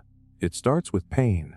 A trembling voice, a sad story, a confession that sounds too raw to be fake. You feel that pull inside. That instinct to help, to comfort, to understand. And before you know it, you're not thinking about logic or boundaries anymore. You're thinking about saving someone. That's the sympathy hook. One of the most emotionally disarming manipulation tactics ever used. It works because empathy is a reflex, not a choice. The moment you see someone hurting, your brain releases oxytocin, the bonding hormone, and lowers your defenses. You stop analyzing and start nurturing. For most of us, compassion is instinctive. But to a manipulator, that instinct is an open door. They know that if they can make you feel sorry for them, they can make you do things you'd never do for someone who seemed strong. The sympathy hook is simple but devastating. The manipulator positions themselves as the victim. Always misunderstood, mistreated, unlucky. They craft a story that tugs at your heart, but also shifts responsibility away from them. They might cry about how others betrayed them, how life's been unfair, how no one's ever truly cared. And because you're human, you start filling in the blanks with your own compassion. You start thinking, maybe I can be the one who finally helps them. That's the moment they have you. See, pity is one of the most powerful emotional currencies on earth. When you feel pity, you're not just sympathizing, you're investing. You start giving time, attention, forgiveness, even money. You stop setting boundaries because you don't want to add to their pain. That's the exact outcome they want. The sympathy hook turns your kindness into compliance. Criminals use it constantly. Scammers pretending to be stranded travelers or single parents in crisis flood inboxes, and social media with heartbreaking stories. A sick child, a lost job, a medical emergency. It's not random. They know that when you picture someone suffering, your moral reasoning shifts. You don't think about proof, you think about relief. Your desire to end their suffering becomes stronger than your need to verify it. That's why sympathy scams keep working, because they don't target greed, they target goodness. And this tactic isn't limited to financial scams. Emotional manipulators use it in relationships every day. A toxic partner might play the wounded soul, constantly overwhelmed, haunted by their past, misunderstood by everyone but you. You become their rescuer. You start excusing bad behavior because they've been through so much. They lash out, lie, or disappear, but you rationalize it. They're just hurting. What you don't realize is that the pain they parade isn't always genuine. It's performance. It's not that they never suffer. Some do, but the key difference between genuine pain and the sympathy hook is accountability. Real victims want healing. Manipulative victims want control. They use their suffering to shift guilt, to gain loyalty, to keep you emotionally invested. Every apology you expect turns into another tragedy they can't help. Every boundary you set becomes proof that you don't understand. And suddenly, you're walking on eggshells to avoid hurting the person who's actually manipulating you. There's a psychological mechanism behind this: the empathy trap. When your brain detects another person's distress, it activates mirror neurons that make you feel their pain as if it were your own. That's what drives compassion, but it also clouds judgment. Manipulators exploit that blur. They create emotional overload so you react instead of reason. You don't want to feel like the bad guy, so you keep forgiving, keep helping, keep staying. One of the darkest examples of the sympathy hook appears in cults. Leaders often begin their recruitment stories with personal tragedy. I was lost too, until I found this path. That vulnerability makes them relatable. It makes people trust them. Over time, the story transforms from connection to control. If you really cared about me, you'd stay, you'd give, you'd sacrifice. What started as empathy becomes obligation. Even professional con artists understand this instinct. They'll start a conversation by sharing a small struggle, a canceled flight, a broken car, a lost wallet. Just enough to trigger your caretaker response. Once you offer sympathy, the con escalates. You're such a kind person. I hate to ask, but by then, you're not helping a stranger. You're protecting your emotional investment. But here's the part people rarely talk about. The sympathy hook doesn't just trap you with sadness. It traps you with identity. You start seeing yourself as the helper, the healer, the strong one who never gives up on them. And that self-image makes you ignore red flags. Because to walk away feels like betrayal. Not of them, but of your own compassion. That's how manipulators keep you stuck. They don't chain you with fear. They chain you with guilt. So how do you break the spell? You learn to separate pain from pattern. Everyone hurts. But if someone's pain always excuses their behavior, if their problems never improve, if their stories always demand your sacrifice, you're not witnessing suffering, you're witnessing strategy. Real victims seek recovery. Manipulators seek reinforcements. It helps to ask yourself one hard question. Does this person want empathy, or do they want exemption? Because people who want empathy will still take responsibility. People who want exemption use suffering as a shield. The sympathy hook works because it weaponizes your best traits, your compassion, your patience, your humanity. It convinces you that protecting them is the same as caring for them. But the truth is, you can care without being controlled. You can feel empathy without surrendering reason. The hardest part is letting yourself off the hook. Realizing that you're not cruel for setting boundaries with someone who uses pain as persuasion. You're not heartless for walking away from a story that never ends. Because if your kindness becomes a tool for someone else's control, it's no longer compassion. It's captivity. The sympathy hook looks like a cry for help, but it's often a leash.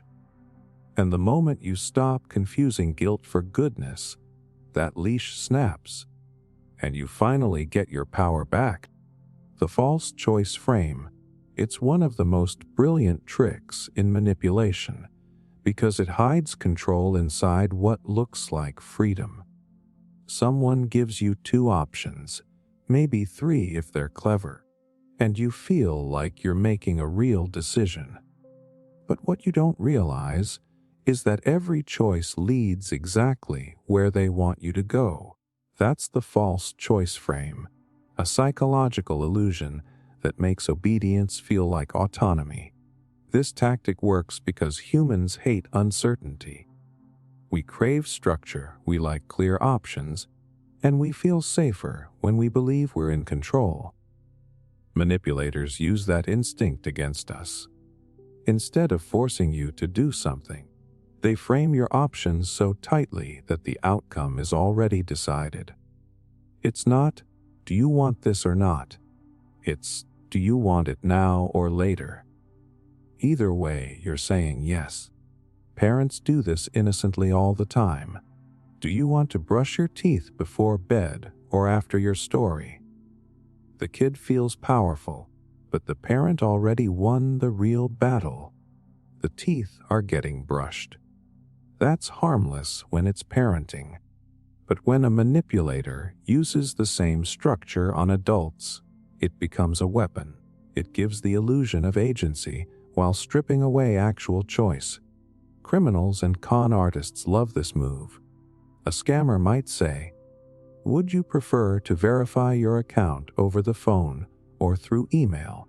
You don't stop to question why you need to verify anything at all. The frame itself hijacks your focus.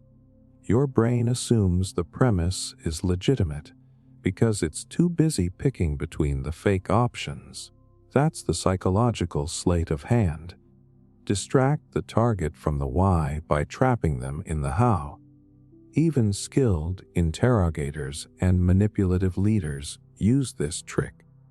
They never ask open questions like, "What do you think?" They ask framed questions like, "Do you want to handle this the easy way or the hard way?" It's a trap that shifts the conversation from whether you'll comply to how soon you will. Once you start answering inside their frame, you've already surrendered power. Here's where it gets deeper. The false choice frame doesn't just manipulate your logic, it manipulates your identity. When someone offers you options, your brain feels respected. You think, "They're giving me a say." That sense of dignity makes you lower your guard. And once you feel seen and in control, you stop questioning whether the situation itself is even legitimate. The manipulator knows that giving you apparent control is more effective than demanding real compliance. Take a romantic manipulator, for example. They might say, "Do you want to talk about this now or after dinner?" Sounds respectful, right? But the deeper message is, why are going to talk about this? Your only control is in the timing, not the substance. Or maybe a toxic partner says, "Do you want to stay here tonight or go back to your place?" It feels like choice, but both options keep you in their emotional orbit. The illusion of freedom makes you stay. One of the most dangerous parts of this tactic is how subtle it can be. The manipulator never says, "You have no choice." Instead, they design a narrow reality where every door leads back to them. A cult leader does it by creating black and white worlds. You're either with us or against us. A manipulative boss frames criticism as loyalty. Do you want to be a team player, or do you want to be difficult? Both choices pressure you to comply while pretending to honor your agency. This is what psychologists call the illusion of choice. It's powerful because it taps into your need to feel autonomous. The moment someone believes they're deciding for themselves, resistance disappears. That's why authoritarian systems, cults, and even certain marketing campaigns use it. They don't say, "You must choose us." They say, "Which version of us do you want?" It's not persuasion. It's psychological fencing. You think you're moving freely, but the boundaries have already been drawn. Even salespeople use this constantly. Would you like to sign up for the 6-month plan or the 12-month plan? They never mention that you could walk away. The structure of the question itself erases the no. Your mind locks onto comparison instead of evaluation. You're no longer asking, "Should I buy?" You're asking, "Which one should I buy?" That's how they guide your decision without ever sounding pushy. Here's the scary part. The false choice frame can make even intelligent people comply with things they'd normally resist because it feels fair. The manipulator isn't yelling, threatening, or coercing. They're offering, and offers are seductive. You want to believe you're in control, so you play along. And by the time you realize there was never a real choice, you've already acted. So how do you spot it? You train yourself to listen for the unspoken assumption beneath the options. If someone presents you with choices, ask yourself, what outcome do all these options serve? If every path benefits them and not you, you're looking at a false frame. The fastest way to disarm it is to step outside the structure. Ask questions that reset the premise entirely. Why are those the only options? Or, is doing nothing an option? When you ask those questions, the manipulator loses their script. Healthy people welcome open conversation. Manipulators need control disguised as fairness. They can't stand when you expose the hidden structure, because their power depends on you not noticing it. You'll recognize this trick everywhere once you see it. In politics, where leaders reduce complex issues to two polarized choices, in workplaces, where bosses frame exploitation as teamwork, in relationships, where control hides behind care. It's all the same formula: narrow the frame, limit the options, call it freedom. The false choice frame is manipulation wrapped in respect. It makes you feel seen while quietly steering your behavior. It's psychological choreography. Your movements look like your own, but the rhythm belongs to someone else. And the moment you stop choosing inside the lines they draw, when you realize you can refuse the entire setup, that's when the spell breaks. Because real freedom isn't picking between two traps. Real freedom is knowing you can walk away from both. The false choice frame, it's one of the most brilliant tricks in manipulation, because it hides control inside what looks like freedom. Someone gives you two options, maybe three if they're clever, and you feel like you're making a real decision. But what you don't realize is that every choice leads exactly where they want you to go. That's the false choice frame, a psychological illusion that makes obedience feel like autonomy. This tactic works because humans hate uncertainty. We crave structure, we like clear options, and we feel safer when we believe we're in control. Manipulators use that instinct against us.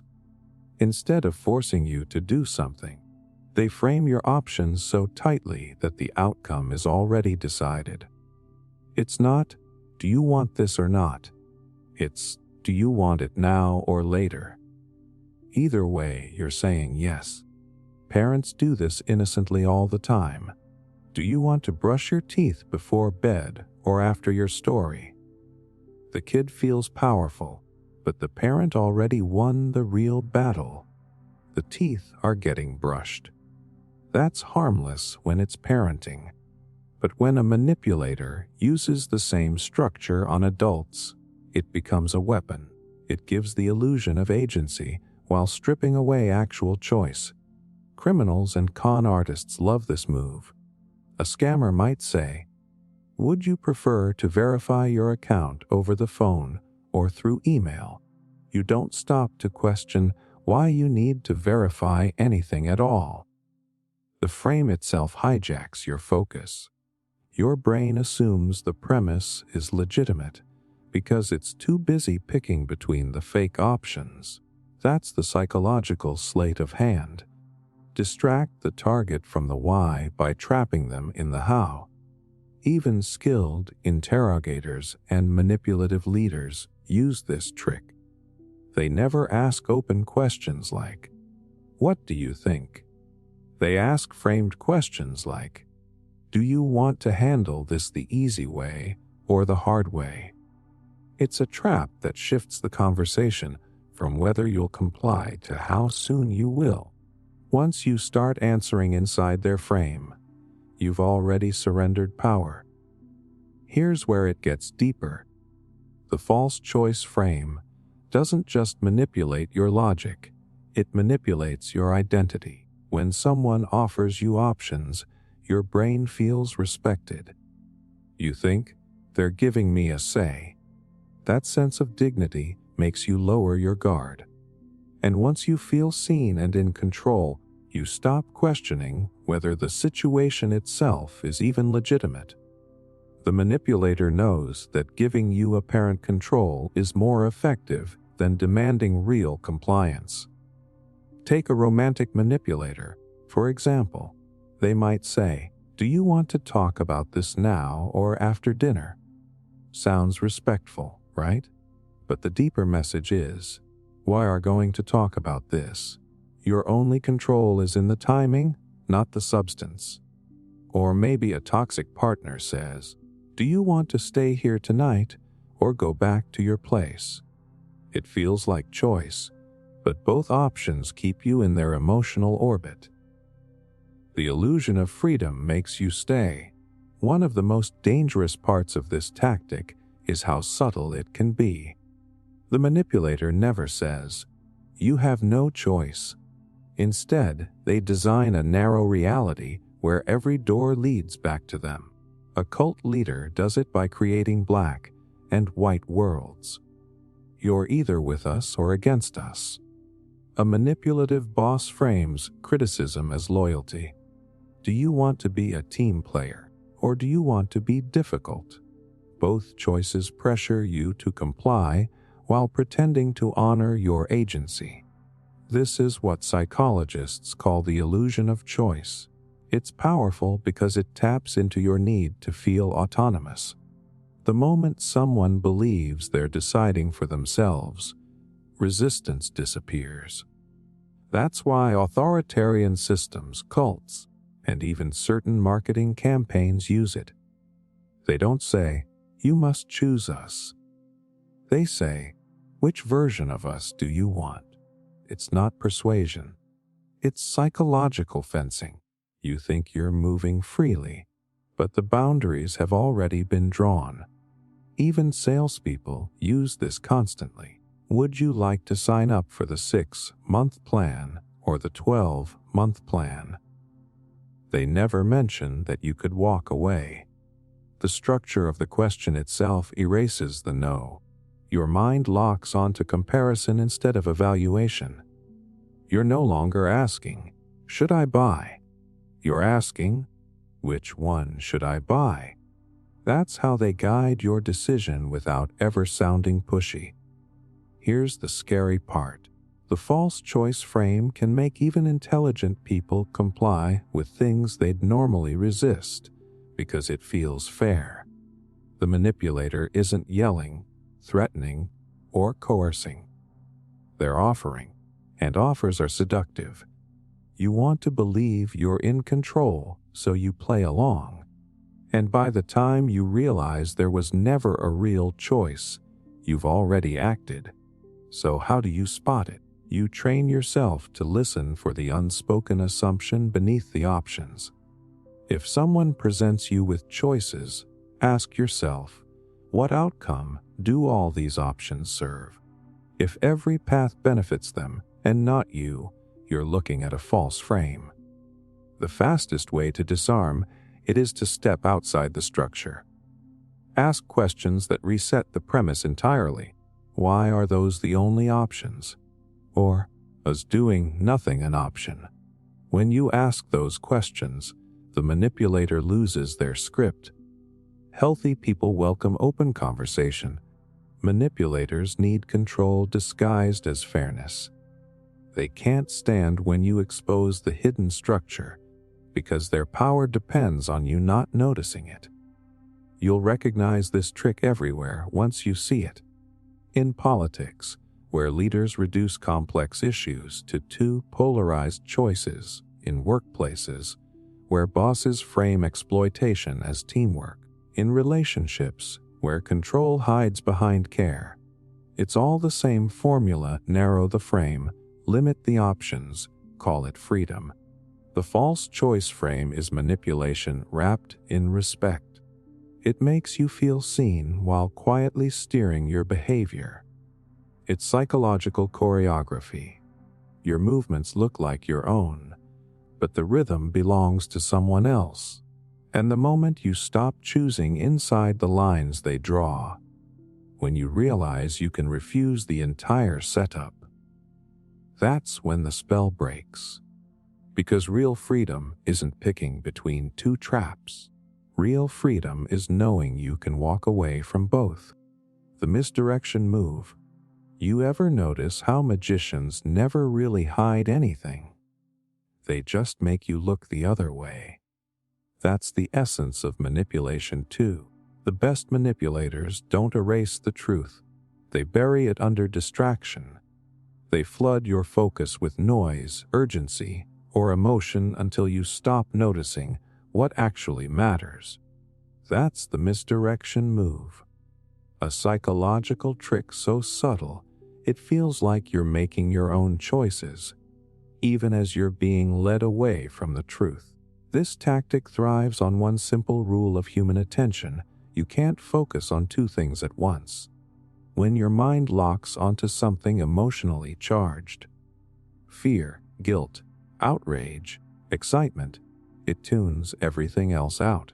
Manipulators exploit that by creating emotional decoys. They control what you see, what you react to, and most importantly, what you miss. Imagine a con artist at work. They start a heated argument, make a scene, or overwhelm you with information, all while their partner quietly lifts your wallet or swaps a document. It's not about hiding the theft. It's about hijacking your attention. That's why misdirection is the foundation of every con, from street scams to political propaganda. People don't fail to see the truth because it's invisible. They fail to see it because their minds are too busy looking elsewhere. Psychologically, this works through something called attentional narrowing. When the brain feels stress or urgency, it channels focus toward the most emotionally charged stimulus and filters out everything else. It's a survival mechanism. If you're running from danger, you shouldn't be multitasking. But manipulators know how to trigger that state on purpose. They manufacture crisis, confusion, or chaos so your brain does the filtering for them. A classic example happens in arguments. A manipulative partner gets caught lying. Instead of explaining, they flip the spotlight. "I can't believe you're accusing me like this after everything I've done for you." Instantly, the conversation shifts from their behavior to your tone. You start defending yourself, feeling guilty, even apologizing, and just like that, the original issue disappears under emotional smoke. They didn't prove innocence. They just changed the subject so you'd stop looking at the evidence. Politicians use the same move on a global scale. When a scandal breaks, they redirect outrage toward something else. A new policy, a cultural debate, a foreign threat. The goal isn't to fix the problem. It's to control the spotlight. Because in human psychology, the thing that gets the most attention becomes the most important, even when it's not. The misdirection move also thrives in personal manipulation. Say someone wrongs you, and when you confront them, they instantly get emotional. Maybe cry, maybe break down, maybe shift to a story about their trauma. You go from being angry to being sympathetic. You start comforting the person who hurt you. It's not that their emotion isn't real. It might be, but it's also conveniently timed. Misdirection doesn't require lying. It just requires timing. It's about knowing when to pull focus. Scammers and interrogators both know this. The human brain follows the loudest signal. That's why in high-pressure sales tactics, they'll talk fast, use urgency, or overload you with details. This deal is only available tonight. These forms are just standard paperwork, nothing to worry about. They flood your cognitive bandwidth so you can't spot the trap. In your mind, The most urgent thing is signing before you lose the offer. Later, when the adrenaline fades, you realize what you agreed to. And that's when the real trick hits you. Misdirection isn't always loud, though. Sometimes it's quiet, gentle, almost invisible. A skilled manipulator might confess a small sin to distract from a larger one. They might say, "I should have told you earlier that I messaged my ex once," leaving out the months of deeper contact that followed.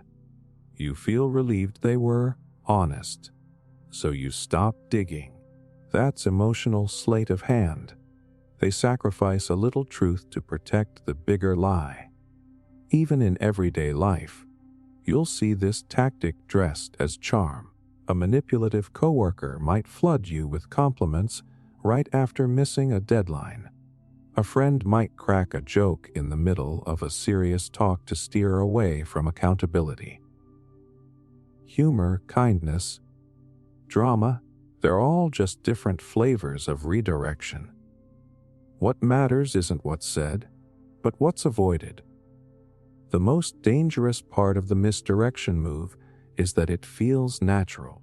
It doesn't register as manipulation because it mirrors how your mind already works.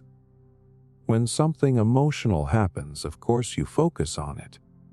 That's human. But manipulators count on that instinct. They know if they control your focus, they control your perception. And if they control perception, they control truth itself. The antidote isn't paranoia, it's awareness. The next time someone steers a conversation off course, ask yourself, what am I not supposed to notice right now? That question alone can shatter the spell, because the power of misdirection lies in invisibility. The moment you see it, it dies. Watch how people respond when the heat's on them. Do they clarify or do they deflect?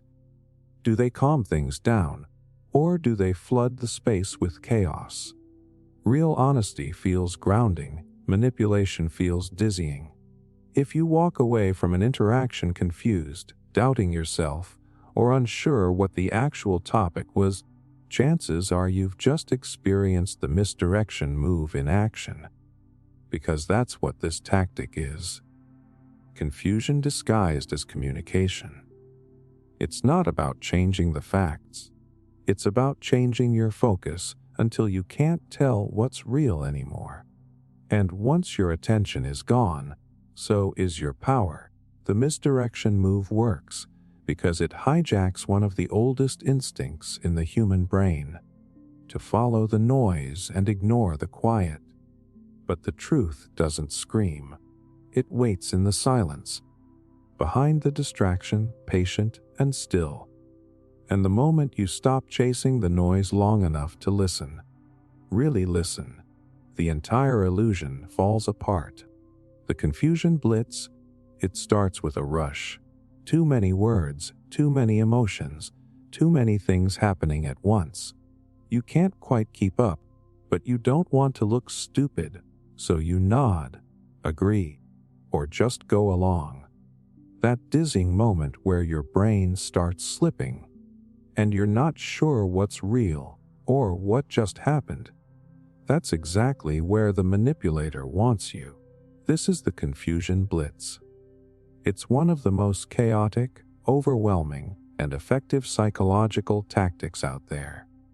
The whole point is to short-circuit your clarity, to keep you so mentally off balance that you can't tell what's true, what's important, or what's even being asked of you.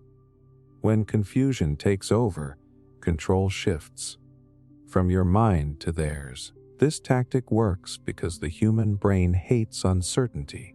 When things stop making sense, your brain scrambles to restore order. You want answers, closure, direction, anything that helps you make sense of the chaos. The manipulator steps in right there, acting like the voice of reason in the storm they created. You cling to them because they seem steady. What you don't realize is that they're the one shaking the ground under your feet. criminal interrogators, cult leaders, and expert con artists all understand this mechanism. They overwhelm you with contradictions, rapid shifts in tone, or sudden changes in emotional energy. They'll tell you one thing, then deny it seconds later. They'll flood you with fake urgency. You have to decide right now, while throwing in details that don't line up.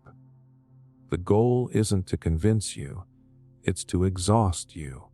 Because once you're mentally tired, you'll agree to anything just to make the confusion stop.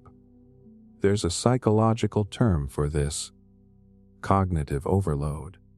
It happens when your brain's working memory gets maxed out. You literally can't process new information effectively, so you start defaulting to the easiest path, usually whatever the other person is suggesting. Manipulators know this instinctively. They create confusion not as a byproduct, but as a strategy. Think of a scammer calling someone pretending to be from the bank. They start fast. They throw account numbers, reference codes, official-sounding phrases. The target doesn't understand half of it, but they feel pressure to keep up. Then comes the fear trigger. If you don't act now, your account will be frozen. The victim isn't thinking critically anymore. They're thinking emotionally, desperately trying to fix something they barely understand. That's the confusion blitz in motion. It's not just about speed, though. Sometimes it's about contradictions. A manipulative partner might say, "I love you, but you're impossible to deal with." One moment they're warm, the next they're cold. You never know which version of them you'll get. That unpredictability keeps you guessing, keeps you trying harder to get it right. You start chasing consistency that will never come. And while you're busy trying to decode their behavior, they're quietly taking control of the dynamic. In abusive workplaces, bosses use this too. One day they praise your work, the next they tear it apart. They change expectations mid-project, deny things they said last week, or introduce last-minute urgent demands. You end up feeling incompetent, questioning your memory, doubting your instincts. That confusion makes you easier to control because you stop trusting yourself. You start relying on them for clarity, the very clarity they're deliberately withholding. The confusion blitz also thrives in politics and propaganda. When people in power flood the public with mixed messages, contradictory statements, or endless streams of breaking news, it's not always incompetence. Sometimes it's design. When citizens can't tell what's true, they give up trying, they stop engaging critically, and start accepting whatever narrative feels easiest to believe. Confusion breeds passivity, and passivity is gold to anyone seeking control. Here's the hidden brilliance of this move. It doesn't need you to believe anything. It just needs you not to know what to believe. Once your confidence in your own judgment is gone, the manipulator has free rein. They can tell you who to trust, who to blame, what to think. You'll follow the person who seems most certain, even if they're the one who caused the chaos. The emotional effect is just as powerful as the mental one. Confusion triggers anxiety, and anxiety makes you crave resolution. The manipulator offers temporary relief, a clear statement, a simple directive, a promise of safety. And in that moment, it feels like salvation. But that relief is the hook. It keeps you tethered to the same person who's keeping you in a fog. Some manipulators even use kindness as part of the confusion blitz. They alternate between comfort and chaos, so you never know which version of them is real. One day they cause the storm, the next they rescue you from it. That's not a relationship. That's psychological warfare. They're training your nervous system to associate safety with submission. So how do you spot it? Pay attention to your clarity. When someone's speaking, do you feel more grounded or more scrambled?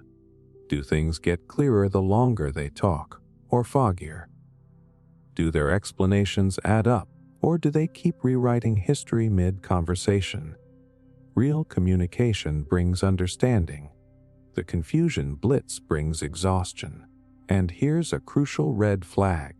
If you ever feel like you have to keep up just to prove you're smart enough, you're already inside their frame. Manipulators thrive on making you feel intellectually inferior. They use jargon, fast talk, or emotional ambushes to make you question your competence. Because a confused mind is a compliant mind. The antidote is stillness. Slow down the tempo they're setting. Say, wait, I need a second to think. Or even better, step away completely. Confusion can't control you if you don't engage with it. Let silence do the work that panic can't. The confusion blitz is chaos disguised as urgency. It makes you think you're behind when really, you're being rushed on purpose. It's the psychological equivalent of a smoke grenade. Loud, blinding, and meant to make you stumble into a trap of your own disorientation. But here's the thing. Confusion only works when you're afraid of not understanding. The moment you stop chasing their logic, the moment you decide you don't owe anyone instant comprehension or agreement, the spell breaks. Because clarity isn't something they can take from you. It's something you reclaim when you stop letting them set the pace. And once you see through the noise, once you recognize the pattern for what it is, not complexity, but strategy, the confusion blitz loses its edge. The chaos stops feeling like an accident and starts looking like a mask, and the person behind it. They stop looking powerful. They just look desperate to keep you from seeing what's really there. The commitment trap, it never starts with the big ask. It starts small, a favor, a promise, a gesture that seems harmless. You agree because it feels natural, polite, even kind. But before you realize it, that one small yes becomes a chain around your ankle. Every next step feels harder to say no to, because now you've already started. You've invested time, energy, emotion, and walking away would mean admitting you were wrong. That's the commitment trap, one of the most quietly dangerous manipulation tactics that exists. Here's the genius of it. It doesn't rely on force. It relies on consistency, your own need to stay true to yourself. Human beings are wired to align actions with identity. When we commit to something, our brain treats it like part of who we are. That's why manipulators don't need to pressure you. They just need to get you started. Once you take the first step, your own psychology will do the rest. Think about how cult recruiters operate. They don't open with, "Devote your life to us."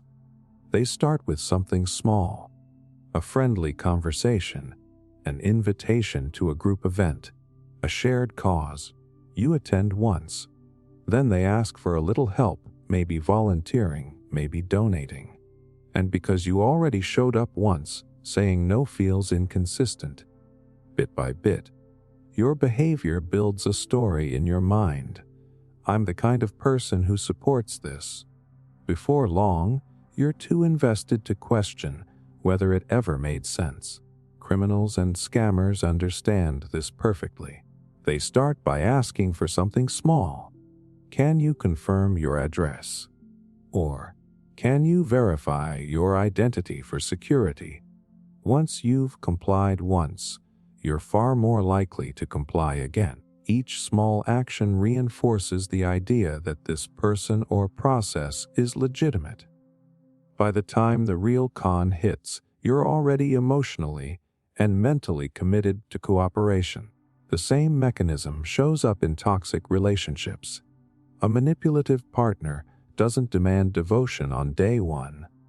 They build it slowly through shared experiences, promises, vulnerability. They make you choose them again and again until that choice feels sacred.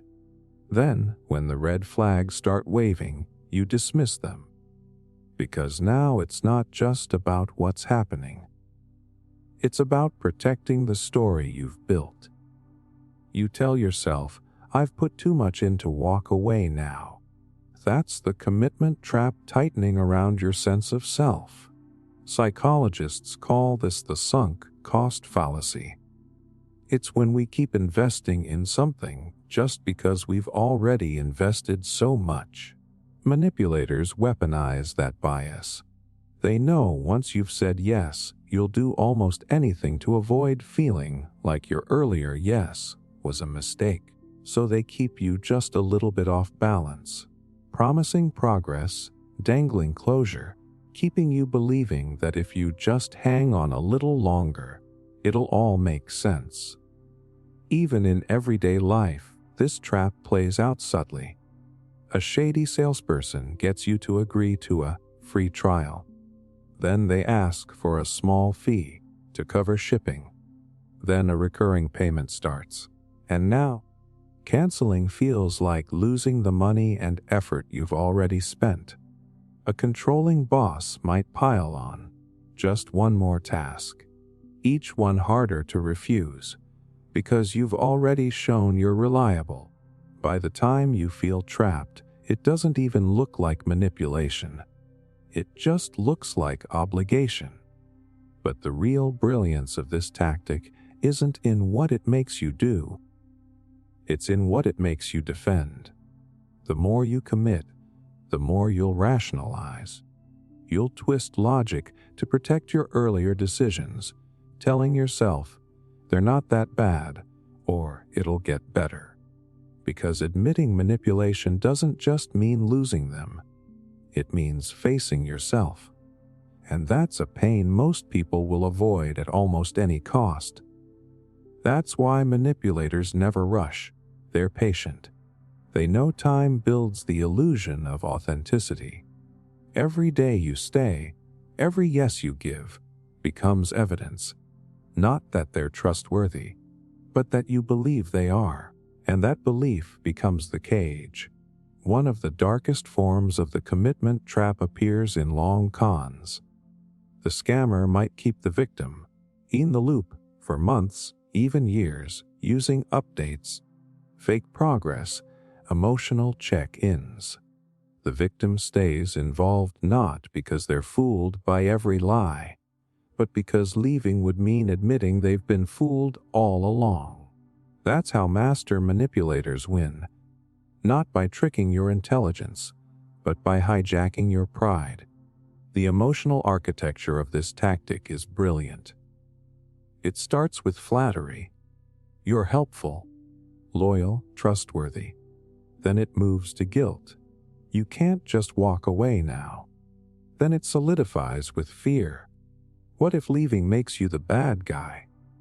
The manipulator doesn't need to trap your body. They trap your conscience. You start confusing loyalty with love, effort with progress, endurance with virtue. And here's the catch: the deeper the trap, the more honorable it feels to stay. You tell yourself you're being faithful, understanding, patient. But what you're really doing is protecting the very system that's draining you.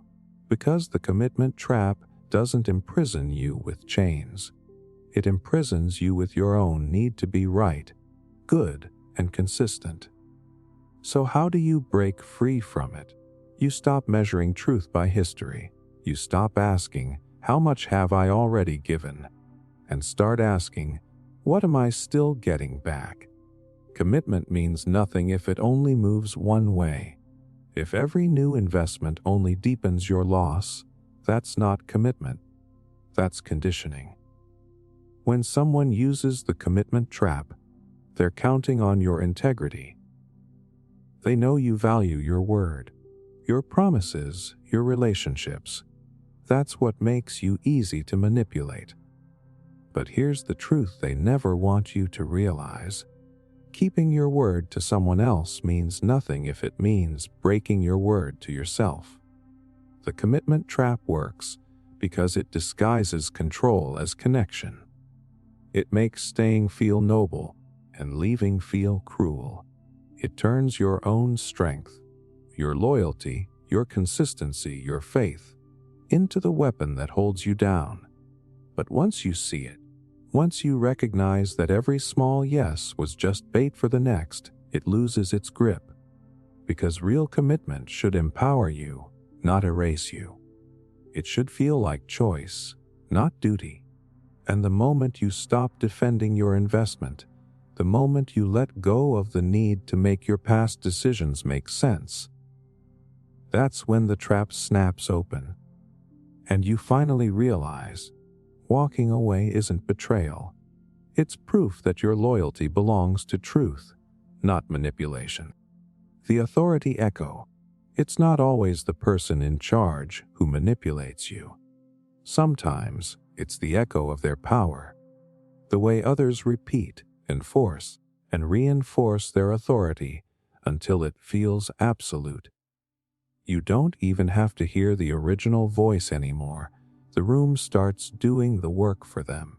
That's the authority echo. When influence amplifies through imitation, repetition, and social pressure until it sounds like truth.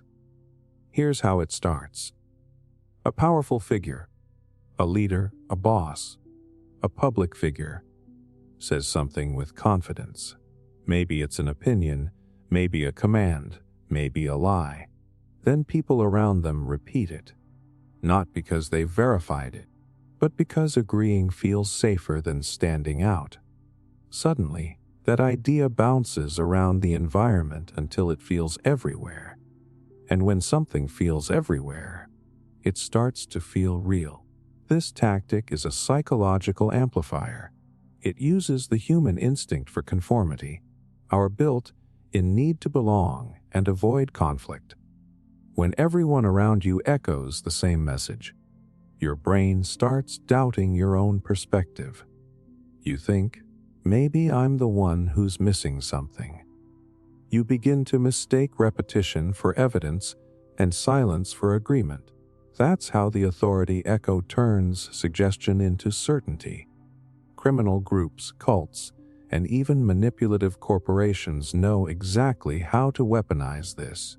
They create echo chambers, spaces where dissent is punished and agreement is rewarded. Inside those environments, questioning leadership isn't seen as thinking critically. It's seen as betrayal, so people stop thinking, stop asking, stop resisting. The authority echo does the policing for them. You see it in scams too. A fraudster might fake endorsements, use false testimonials, or quote imaginary experts. They build the illusion of consensus. Everyone's saying this is legit. It doesn't matter if none of it's true. What matters is that it sounds true because it's been repeated. There's an old psychological principle called the illusory truth effect. It says that the more often you hear something, the more likely you are to believe it, even if it's completely false. The brain confuses familiarity with credibility. That's the core of the authority X. Say it enough times, and it becomes truth by default. But here's the subtle beauty of this trick. The echo doesn't always sound like power. Sometimes it sounds like peers. Manipulators know people are more likely to believe authority when it comes wrapped in community. So they seed influence through the group. A few trusted insiders, loyal followers, colleagues who just want to help. These people start repeating the narrative. He's brilliant. She knows best. You're overreacting. The more voices join in, the less room there is for your doubt to breathe. You don't argue with authority anymore. You argue with everyone else. That's how the echo multiplies control. The manipulator doesn't have to defend their power. The group defends it for them. And the more the group repeats the same phrases, the more it feels dangerous to question them. Your brain reads social rejection as physical pain. That's why most people fall silent even when they know something's wrong. They'd rather be wrong with the crowd than right and alone. One of the darkest examples of this can be seen in high-control organizations. The leader makes a decree, something extreme, something that would sound absurd in isolation. But because the followers around you nod and agree, it starts to sound normal. You think, if everyone else accepts this, maybe I should too. That's how atrocities are justified, how lies become doctrine, how abuse gets normalized, not through direct command, but through constant, rhythmic repetition. Even in relationships, the authority echo shows up in smaller, quieter ways. A manipulative partner might talk about you to others, painting a version of you that fits their story. Then, when conflicts arise, you start to notice how friends, family, even coworkers subtly take their side. You're outnumbered, not by facts, but by echoes. It's not one person convincing you anymore. It's the chorus they've created.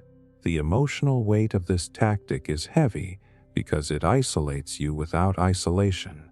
You're still surrounded by people, but you no longer trust your perception. You start to self-censor, to adapt, to keep peace. And the more you conform, the stronger the echo grows. That's the feedback loop. Every silence strengthens the sound.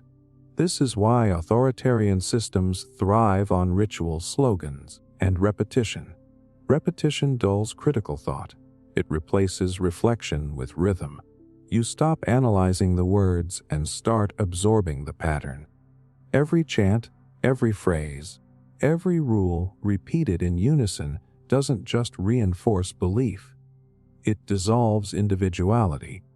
The authority echo is powerful because it doesn't just control what you think, it controls how you think.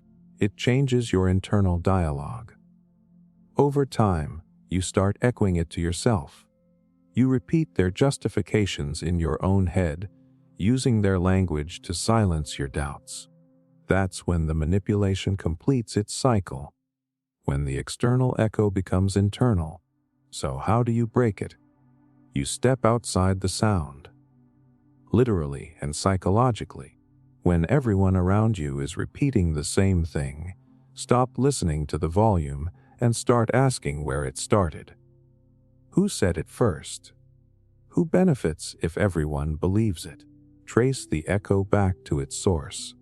The louder something is repeated, the more suspicious you should become of why it needs to be. Pay attention to how your body feels when you're in those environments.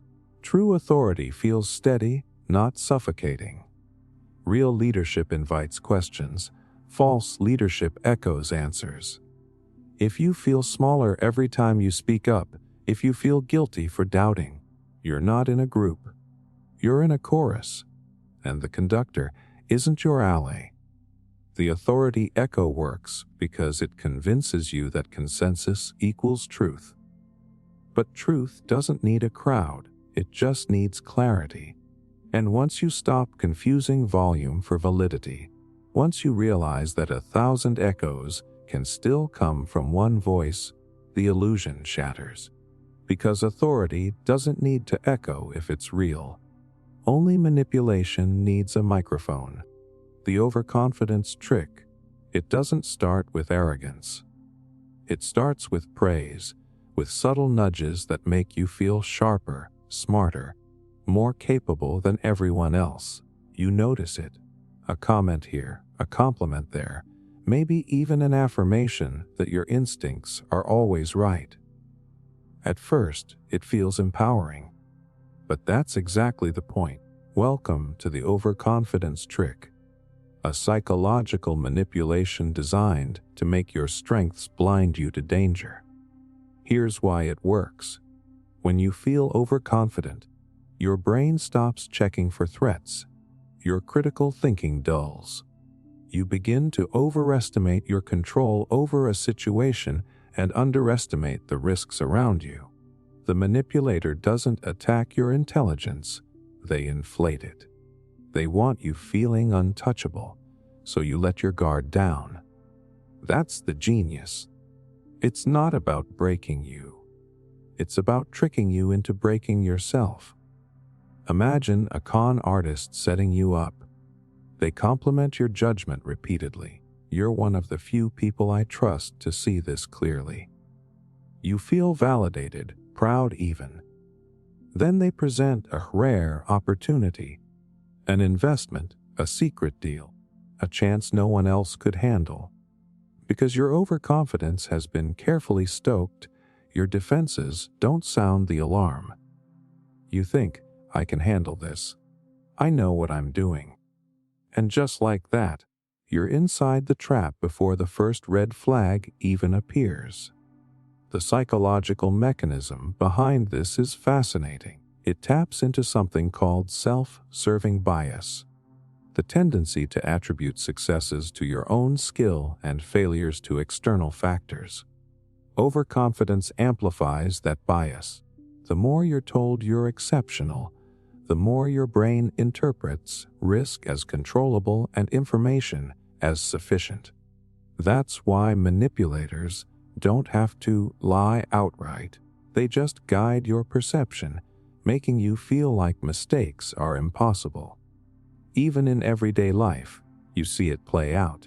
A manipulative coworker might subtly inflate your abilities to make you take on impossible tasks. You're the only one who could handle this client. I knew I could trust you with the proposal. You start believing it, not realizing that the praise is bait. When things inevitably go wrong, the manipulator shifts blame onto circumstances, leaving you both responsible and embarrassed. Overconfidence made you a perfect target. Romantic manipulators use this trick too. They make you feel like you're the smartest person in the room, the only one who truly gets them. They lean into your ego until it's so inflated that you ignore warning signs, controlling behavior, inconsistencies, or small lies. Why? Because you trust your own judgment more than your instincts, and your inflated self-belief becomes their tool, not your shield. Scammers exploit this on a larger scale. High-pressure investment schemes often start by complimenting the target's savvy. I can tell you're someone who sees opportunities others miss. Then they present complex, sounding contracts, risky ventures, or exclusive offers. The more you believe in your brilliance, the less likely you are to question the legitimacy. The manipulator doesn't need to convince you with facts. They just need to inflate your confidence until your caution disappears. Overconfidence doesn't just make you careless, it makes you predictable. Once someone knows you're overestimating your abilities, they can anticipate your moves, exploit your judgment, and trap you in situations you'd normally avoid. It's like giving someone a map to your blind spots and asking them to use it. And manipulators love when you hand it over willingly. The emotional play is subtle but powerful. Overconfidence feels good. It makes you feel admired, capable, unique. That feeling alone keeps you engaged, makes you defend the manipulator's intentions, and blinds you to danger. By the time you sense something is off, it's often too late. You're already invested emotionally, financially, or socially. Here's the kicker. The overconfidence trick doesn't destroy your self-esteem. It actually inflates it. That's what makes it so insidious. You leave the interaction thinking you're exceptional, but the manipulator has already guided your decisions in their favor. They've used your pride to bypass your caution. Spotting this tactic requires humility, a willingness to question your own certainty. Ask yourself, am I feeling unusually invincible in this situation? Am I ignoring small warning signs because I trust myself too much? Am I making decisions faster than I normally would because I feel capable? If the answer is yes, you might be under the spell of overconfidence. The defense is simple, though not easy. Slow down. Step back from the praise, separate flattery from fact, and reassess your assumptions. Overconfidence is seductive because it feels natural. But if your pride is guiding your decisions more than reality, you've been manipulated.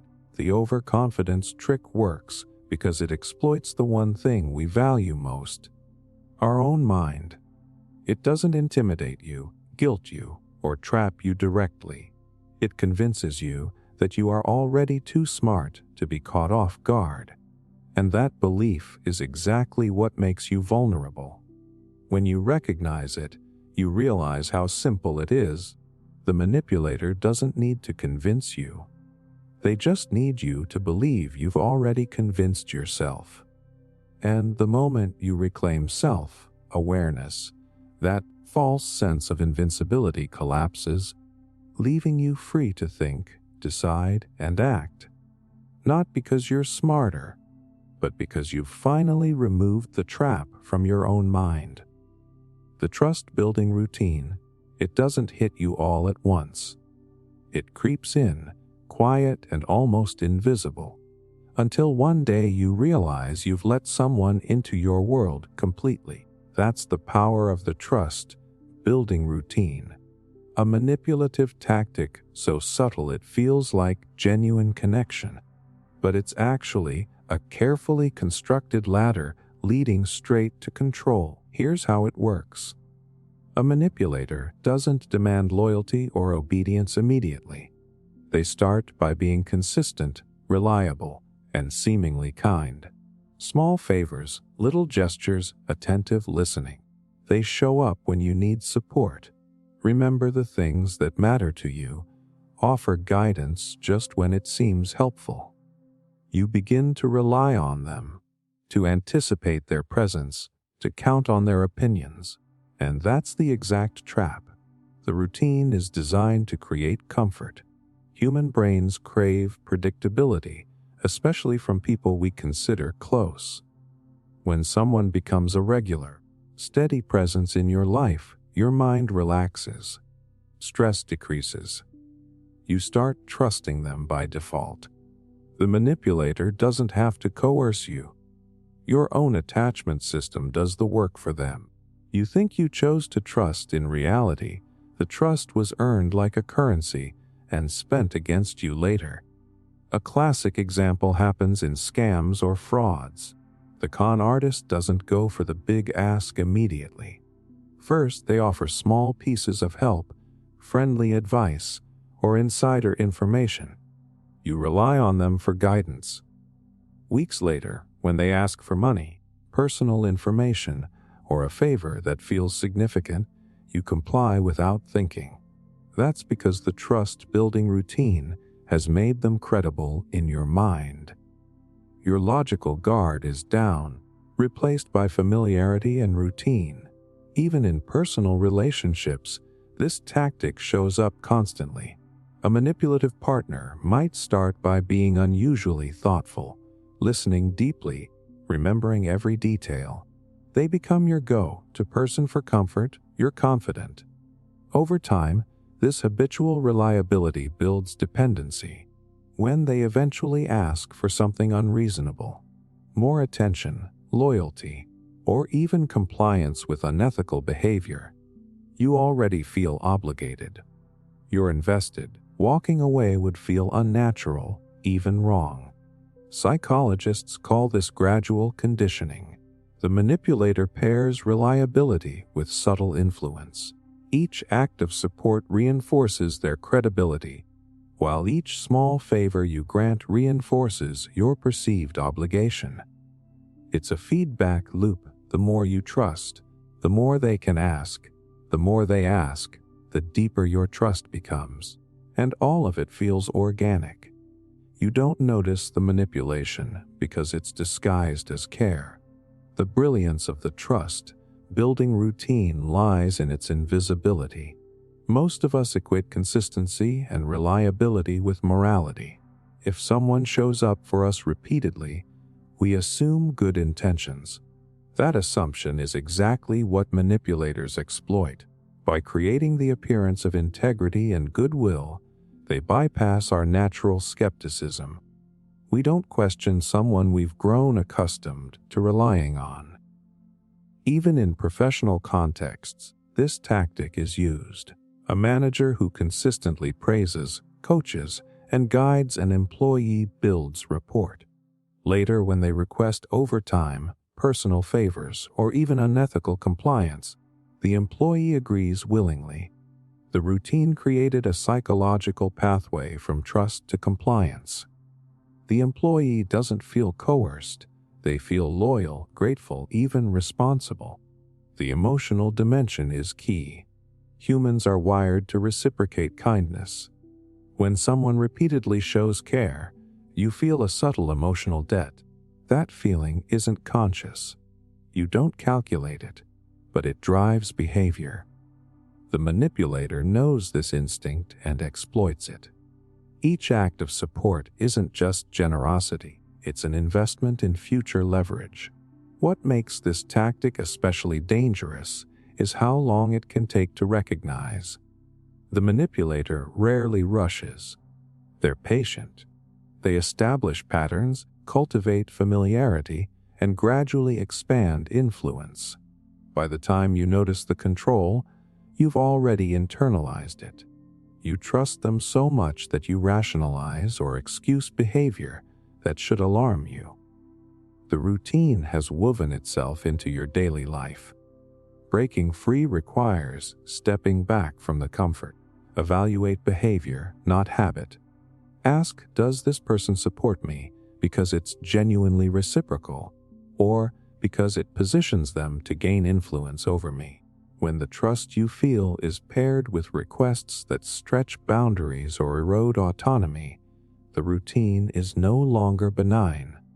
It's manipulative. The trust-building routine works because it exploits one of our deepest instincts, the desire to connect and rely on others. It turns predictability into leverage, consistency into obligation, and care into control. You don't feel trapped until the routine has already rewired your expectations and softened your skepticism. The subtle genius of this tactic is that it doesn't feel like manipulation. It feels like friendship, mentorship, or love. It doesn't scream coercion, it whispers reliability. And the moment you realize that something designed to feel safe was actually a tool for control, the routine can be broken. But only if you recognize that trust isn't a reward to give blindly. Because in the end, the trust-building routine doesn't fail because people are weak. It fails because humans are wired to connect. The manipulator simply hijacks that wiring. And the moment you reclaim discernment, the invisible ladder they built crumbles, leaving you free to decide whom to rely on and whom to keep at a distance. The familiarity illusion. It starts innocently enough. A face you think you've seen somewhere, a name that rings a bell, a topic, a phrase, a mannerism that feels just a little too familiar. You relax, you trust. You assume safety. That's the magic behind the familiarity illusion, a manipulation tactic that convinces your brain that comfort equals credibility, and it's more powerful than you realize. Here's the trick: your brain loves patterns. Familiarity feels safe because it triggers the part of your mind that says, I know this, therefore it's okay. You don't even have to consciously recognize why something feels trustworthy. your subconscious fills in the blanks. That's why someone who seems familiar, even if you've never met them before, immediately gets a pass on scrutiny. They've tricked your instincts into giving consent. Manipulators know this instinct intimately. They create subtle cues to foster familiarity, a repeated greeting, a recognizable style, even repeated phrases. Over time, you begin to feel as though you already know them. That unconscious sense of recognition lowers your defenses. You're not being cautious anymore because your mind has already told you you're in safe territory. Think of online scams. A fraudulent message might include personal details, casual references to your interests, or mimic a tone you've seen elsewhere. You feel like you've encountered this before. Maybe it's a friend, maybe a colleague. And suddenly, the red flags fade. Your brain equates familiarity with legitimacy, even when there's no real connection. That's the illusion doing its work. Even in real-life encounters, this tactic is devastatingly subtle. A manipulative colleague or partner may mirror your habits, language, or opinions, creating a sense of alignment. You start thinking, we just click. I understand them. They understand me. That feeling of connection feels earned, but it's engineered. The more familiar they feel, the less likely you are to challenge them, and the more willing you are to comply with requests or suggestions. Psychologists call this the mere exposure effect. The more we encounter something, or someone, the more we like it. Repetition doesn't just create preference, it creates trust. Manipulators exploit this by putting themselves in your orbit repeatedly, whether physically, socially, or digitally. Each encounter reinforces the illusion that they belong, that they're safe, and that their intentions are good. Even high-stakes manipulation uses this principle. Cult leaders, con artists, and fraudsters will introduce familiar routines, repeated phrases, or recognizable symbols to establish subconscious trust. You may not consciously remember seeing the cue, but your brain remembers the pattern. That pattern becomes a shortcut for judgment. Familiar equals safe, familiar equals believable. Romantic manipulators do the same thing. They insert repeated touchpoints, shared jokes, and similar tastes. You feel a sense of history and shared experience, even if the relationship is new. That comfort creates emotional dependency because your mind interprets familiarity as intimacy. You start defending them, excusing inconsistencies, and trusting their words, all because your brain has been trained to feel safe around them. The emotional impact is subtle but profound. Familiarity lowers vigilance, eases anxiety, and fosters a sense of connection that feels natural. You think you're choosing to trust, but in reality, the manipulator has nudged your instincts into compliance. You feel good around them, so your critical thinking relaxes. You're letting down your guard without even realizing it. Even in marketing and propaganda, the familiarity illusion reigns supreme. Logos, jingles, slogans, and repeated imagery make us feel comfortable with products, brands, or ideas, long before we've verified quality or legitimacy. The principle is identical. Repeated exposure fosters trust, and trust makes you more likely to comply, buy, or follow. The genius of this tactic is its invisibility. Unlike overt lies or pressure, familiarity feels natural, earned, and even comforting. It's manipulative because it works beneath awareness. Your brain decides for you that this is someone or something safe, long before your conscious mind can weigh the risks. The antidote isn't paranoia, it's mindfulness. Pause before assuming comfort equals credibility. Ask yourself, do I know this person, or do I just feel like I do? Am I trusting their words because of evidence, or because my brain is taking a shortcut through repetition and similarity?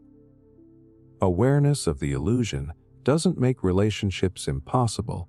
It just forces you to check the wiring behind your instinctive trust.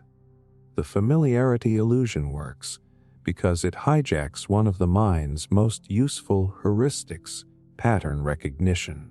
Our brains evolved to spot safety in the known.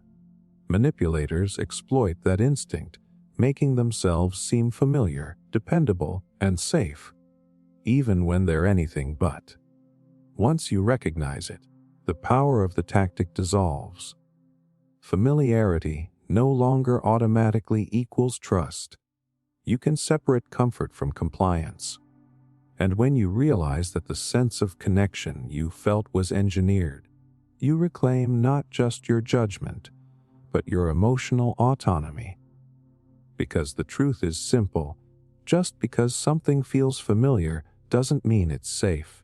The familiarity illusion only works when you let instinct override evidence. The moment you engage your mind, rather than your reflexes, you're no longer a target. You're in control. The social proof mirage, it starts subtly, almost invisibly. You notice a crowd gathered, a line forming like piling up, comments flooding in. You think, maybe I'm missing something. If all these people are doing it, it must be okay, right?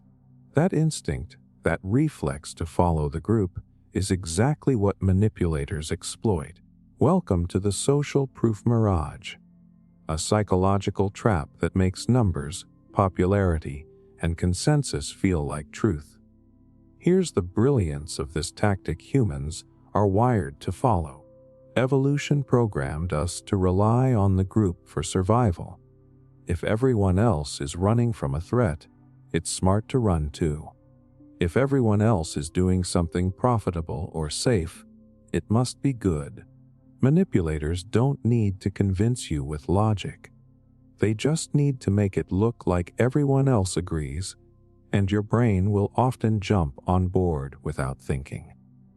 Think of social media scams. A post claims an unbelievable deal or a miracle product. Thousands of likes, hundreds of comments, glowing reviews. You feel the pull. The content itself might be flimsy, the offer unrealistic, but your brain says, look at all this social validation. That's your shortcut. If so many people believe it, maybe I should too. And just like that, manipulation bypasses your critical thinking entirely. Even in personal interactions, this trick is powerful. Manipulative colleagues or friends might subtly create the impression that everyone is on their side. They drop phrases like, everyone thinks this is the best way, or most people already agreed. You feel pressure to conform, not because the argument is strong, but because the illusion of consensus is persuasive. Humans naturally assume the crowd is smarter or better informed than they are, even when it isn't. Psychologists call this informational social influence. The more people act in a certain way, the more we believe their behavior is justified, and therefore, the more likely we are to follow. The social proof mirage works by creating the appearance of that influence. It's not about what's true, it's about what looks true. Your mind interprets popularity as credibility.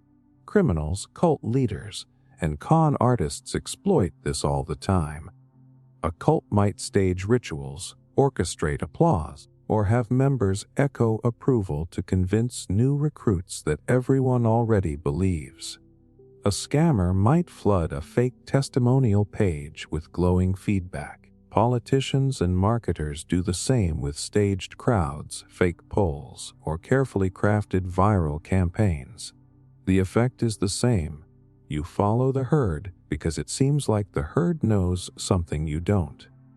The emotional power of this tactic is subtle but irresistible. You feel anxious about standing out, about being the one left behind.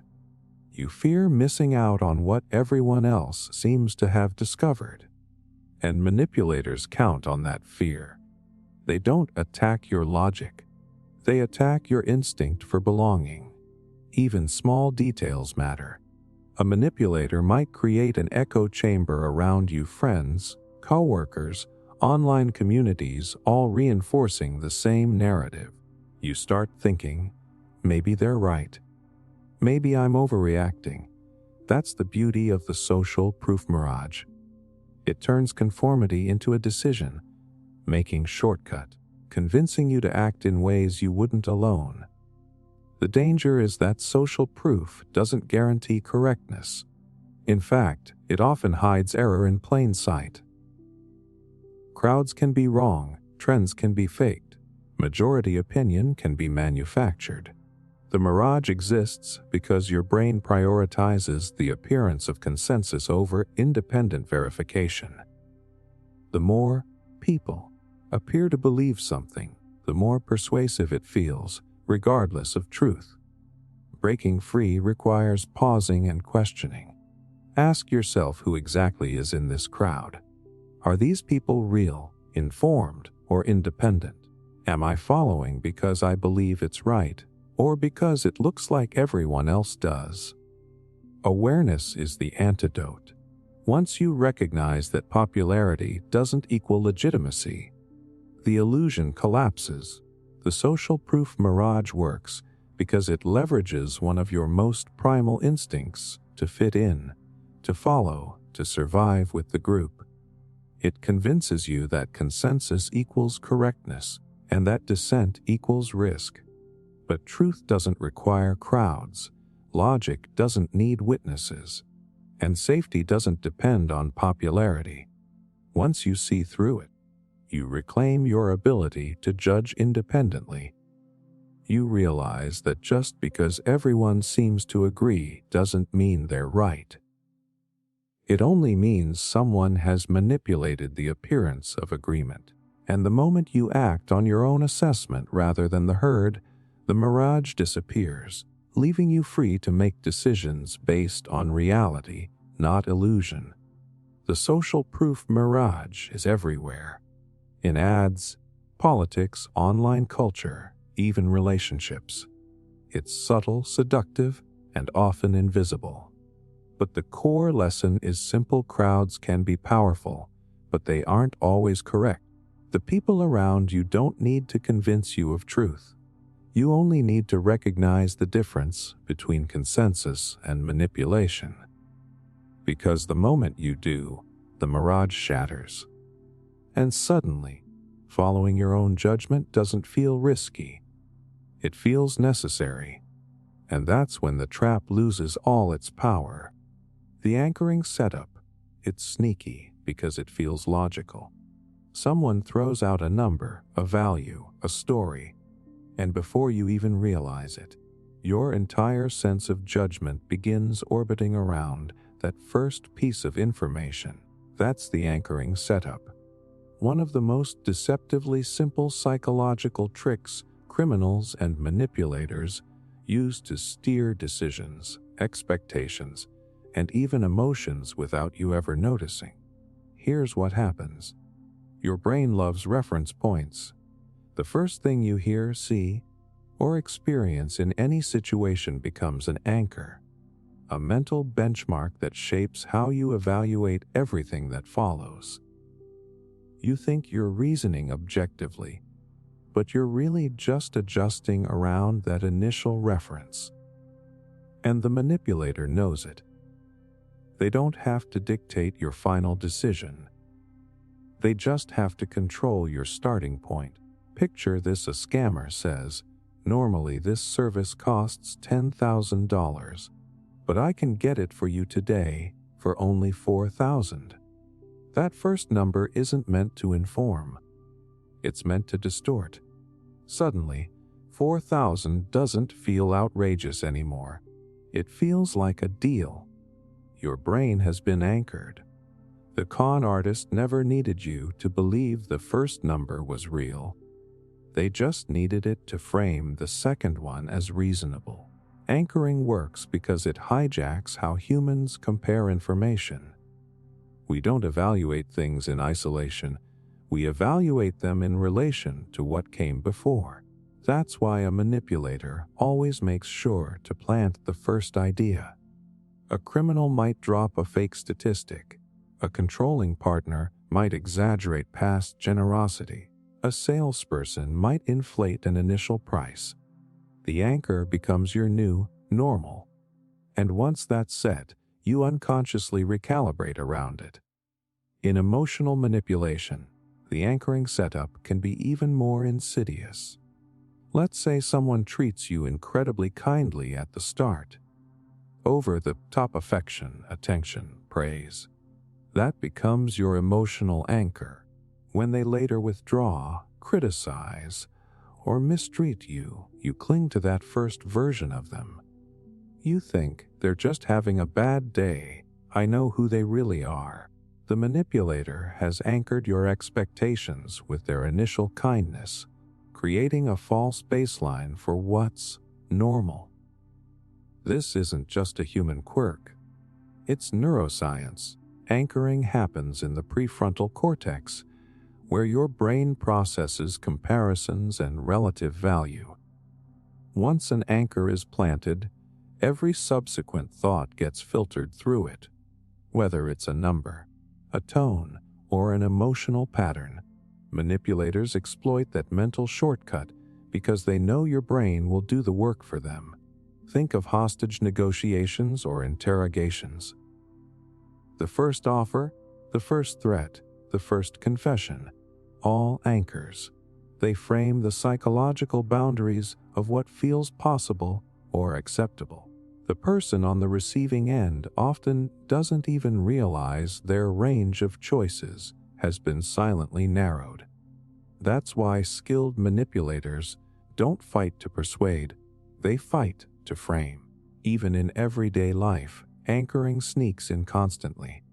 A manipulative boss might tell you, I usually ask people to work weekends, but you can just stay late a few nights instead. You feel relieved, even grateful, but in truth, they've just anchored you to something worse so that exploitation feels like generosity. Or someone might say, most people wouldn't get this kind of trust from me, anchoring you to a sense of exclusivity that pressures you to comply. The emotional version is even crueler. A narcissistic partner might start with grand affection, creating an anchor of intense love and connection. When the relationship turns toxic, that memory of the early phase keeps you trapped. You keep trying to return to the original anchor moment, even though it was manufactured to hook you emotionally. That's how anchoring creates loyalty out of illusion. The reason it's so powerful is that it doesn't feel like manipulation. It feels like context, like helpful information, like a natural part of conversation. But once that first point lodges in your mind, everything else bends around it. That's why master manipulators always go first. The first to speak, the first to offer, the first to define. They're setting the psychological frame. The defense isn't to distrust everything, but to slow down your comparisons. Ask yourself, compared to what? Where did this starting point come from? Who benefits from me accepting it? If you can identify the anchor, you can mentally reset your scale before making any decision. It's not about rejecting information. It's about refusing to let someone else's framing become your foundation. The anchoring setup also plays out online in ways most people never notice. Fake discounts, inflated before and after numbers, exaggerated social statistics, all designed to set a high or low anchor. When you scroll through a feed full of luxury lifestyles, your brain anchors your own reality against those images, making you feel inadequate or behind. That's manipulation, too. A digital anchor designed to push you toward envy, consumption, or compliance. Anchoring isn't inherently evil. It's just how human cognition works. But in the hands of a manipulator, it becomes a weapon. One that changes not just what you believe, but how you measure belief itself. They don't have to change your mind directly. They only have to shift the starting line. When you learn to spot it, you start hearing anchors everywhere. The inflated compliment before a request, the exaggerated threat before a compromise, the unrealistic promise before a letdown. Once you strip away the anchor, you see the manipulation clearly. Every number, every phrase, every offer suddenly stands on its own. Because the anchoring setup only works when you let someone else define the first point. The moment you reclaim that control, when you decide what your reference point is, the entire illusion collapses. And that's when you stop reacting to their frame and start creating your own. The double bind setup. It's one of the oldest traps in manipulation and one of the hardest to spot because it doesn't look like a trap at all. It looks like a choice. Two options, both seemingly fair. You feel like you're in control, like you're deciding freely. But no matter what you choose, the manipulator wins. That's the double bind setup. A psychological snare that corners you while making you think you're steering. Here's how it works. The manipulator creates a situation where every available choice benefits them, even if the outcomes look different. They frame both options in ways that make you feel responsible for the decision. You feel empowered in the moment, but the game has already been written. The trick isn't about control through force. It's about control through framing. Imagine this: someone says, "So, do you want to help me now or after lunch?" You weren't asked if you wanted to help. The manipulator skipped that step entirely. They anchored your mind in a false set of choices, using the illusion of autonomy to guide your behavior. And because humans naturally want to appear decisive and cooperative, you pick one of the options without noticing that your freedom was removed before the conversation even started. The double bind setup thrives on pressure. It's most effective when the target feels like they have to respond quickly or maintain harmony. That's why it's used in manipulation-heavy environments, high-pressure sales, abusive relationships, cult dynamics, and even interrogation rooms. It's designed to corner your emotions, not just your logic. In relationships, it can sound like, "If you really loved me, you'd stay." Or, "If you walk away, it just proves you never cared." Both paths hurt. Both paths lead to guilt. And either way, the manipulator gets emotional leverage. You feel damned if you do, damned if you don't. That emotional paralysis is the entire point. They're not trying to win your agreement. They're trying to control your reaction. In scams or negotiations, it might look like, "You can take this deal now while it's available, or lose your chance forever." That binary framing pushes urgency and fear while erasing alternative options. Like not engaging at all, the manipulator knows that presenting two extremes makes you forget that infinite other choices exist outside the frame. Psychologists describe this as a no-win construct. It's a strategy that hijacks your need to resolve tension. When faced with conflicting demands or limited options, the brain becomes desperate for closure. Manipulators exploit that desperation. They present the illusion of agency while secretly dictating the rules. It's a mental chokehold wrapped in the language of choice.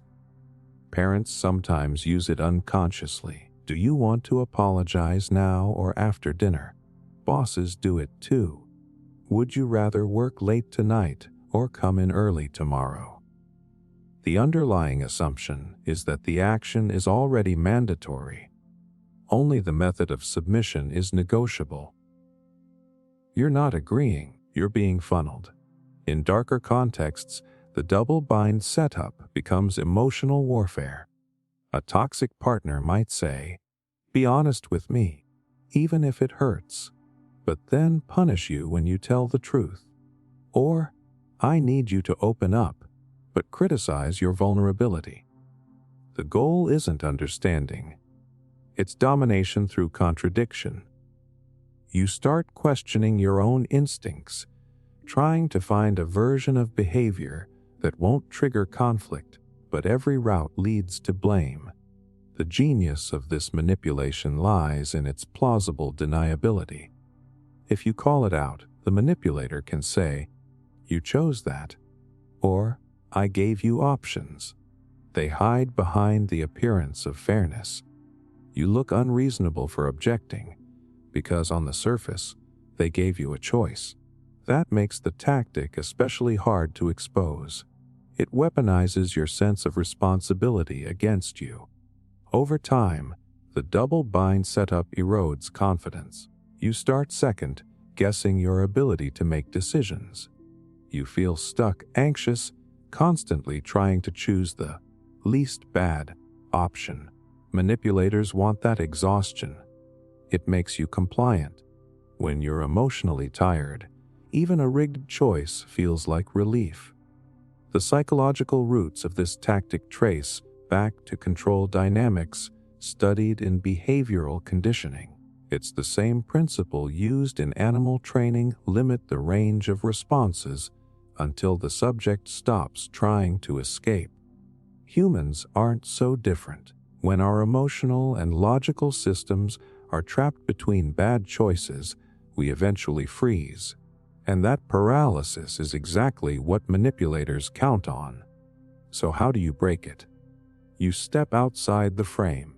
The moment you recognize a double bind, the power dissolves. Ask yourself, why am I only seeing two options? Who benefits from me choosing between them? Once you question the premise, you reclaim the missing third option: refusal. The manipulator can't control what you won't play. The defense is awareness. Pay attention to choices that feel artificially limited or emotionally loaded. If you sense pressure disguised as fairness, it's probably a setup. True choice doesn't make you feel trapped. It makes you feel free. The double bind setup thrives because it hides behind politeness, logic, and guilt.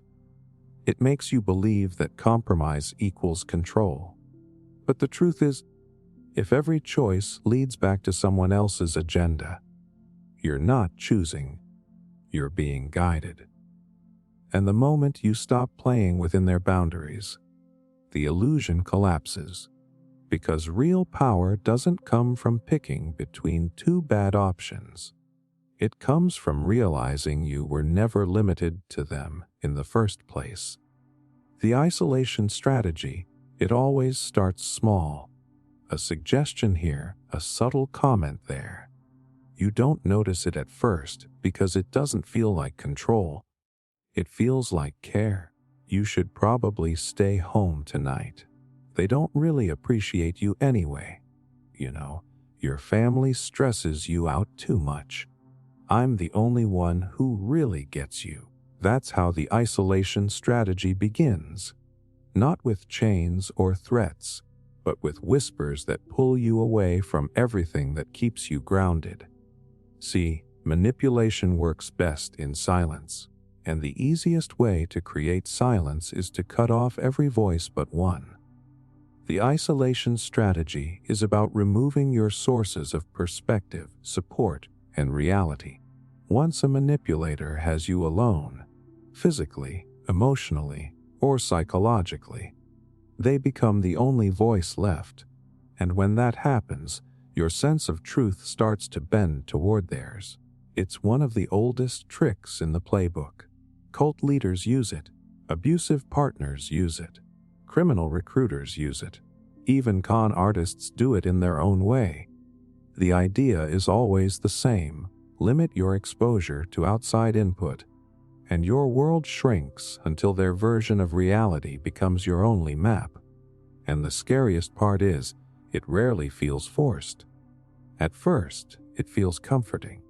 They make you believe they're protecting you from bad friends, from toxic coworkers, from a world that supposedly doesn't understand you. They offer safety, belonging, peace, and because everyone wants to feel understood, you lean in. You start to believe maybe they're right. Maybe those other people are jealous, judgmental, negative. Bit by bit, you pull back, not because they locked you away, but because you willingly stepped into the quiet. This is how psychological isolation takes root. It disguises itself as loyalty. They make it seem like closeness equals secrecy, like love equals exclusivity. They'll say things like, "You don't need them when you have me," or "Don't tell anyone about this." They'll just twist it. What they're really saying is, "Let me rewrite your world, one relationship at a time." And once you're isolated, the manipulation deepens. Every thought, every doubt, every emotional reaction gets filtered through their approval. You start second, guessing your instincts. You stop seeking advice. You stop reaching out. The walls close in, and suddenly the only feedback you get is theirs. And it always serves their agenda. There's a psychological mechanism behind why this works so well. Humans are social animals. Our sense of identity forms through connection and reflection.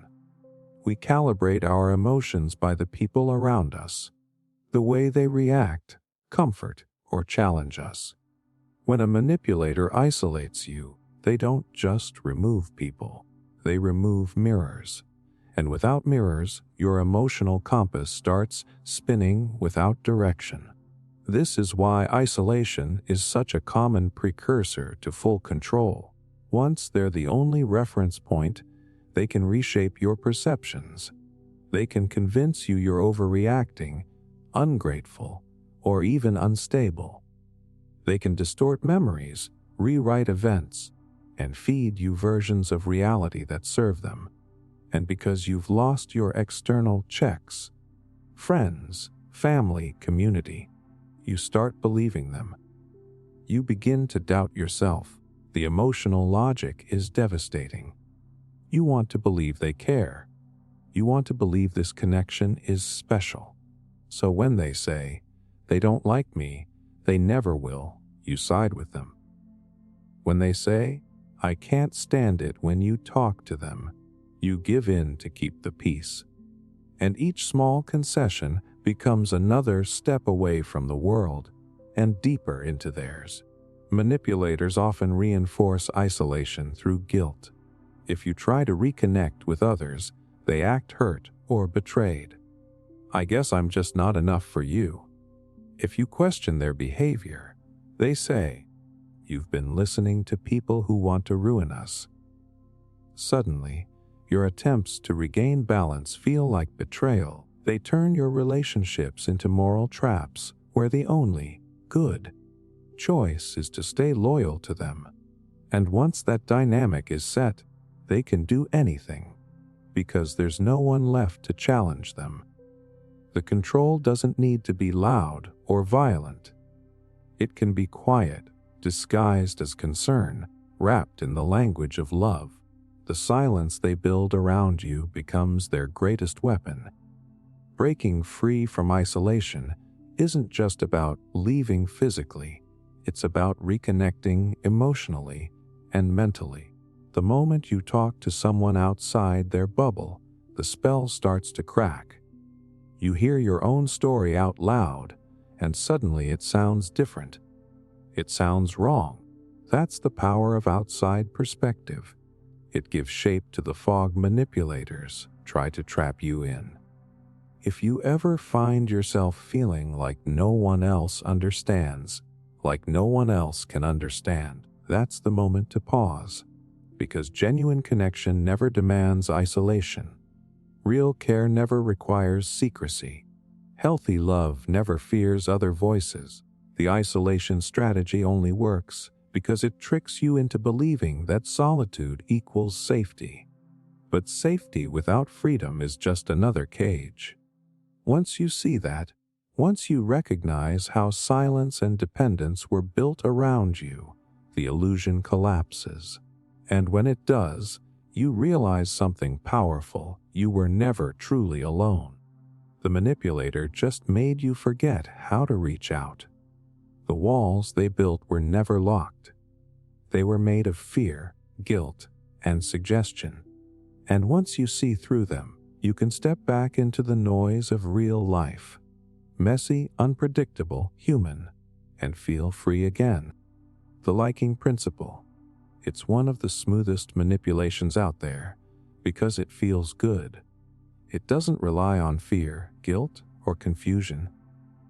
It works through charm. When someone makes you feel seen, admired, and understood, your guard drops almost instantly. That's the liking principle, the psychological weapon that turns friendliness into influence and connection into control. Here's the secret behind it: people are far more likely to comply, agree, or believe someone they like. And liking doesn't have to mean friendship or affection. It just has to trigger a sense of warmth and familiarity. Manipulators know this. They use likability as camouflage. They don't need to argue with you. They just need you to enjoy their presence. Once that happens, your brain starts doing the work for them. It's why con artists are often charming. It's why cult leaders have magnetic personalities. It's why even intelligent people fall for scams or toxic partners. Because when someone feels good to be around, we unconsciously assign them trust they haven't earned. Our guard isn't built for charm, it's built for threat. And that's what makes this trick so dangerously effective.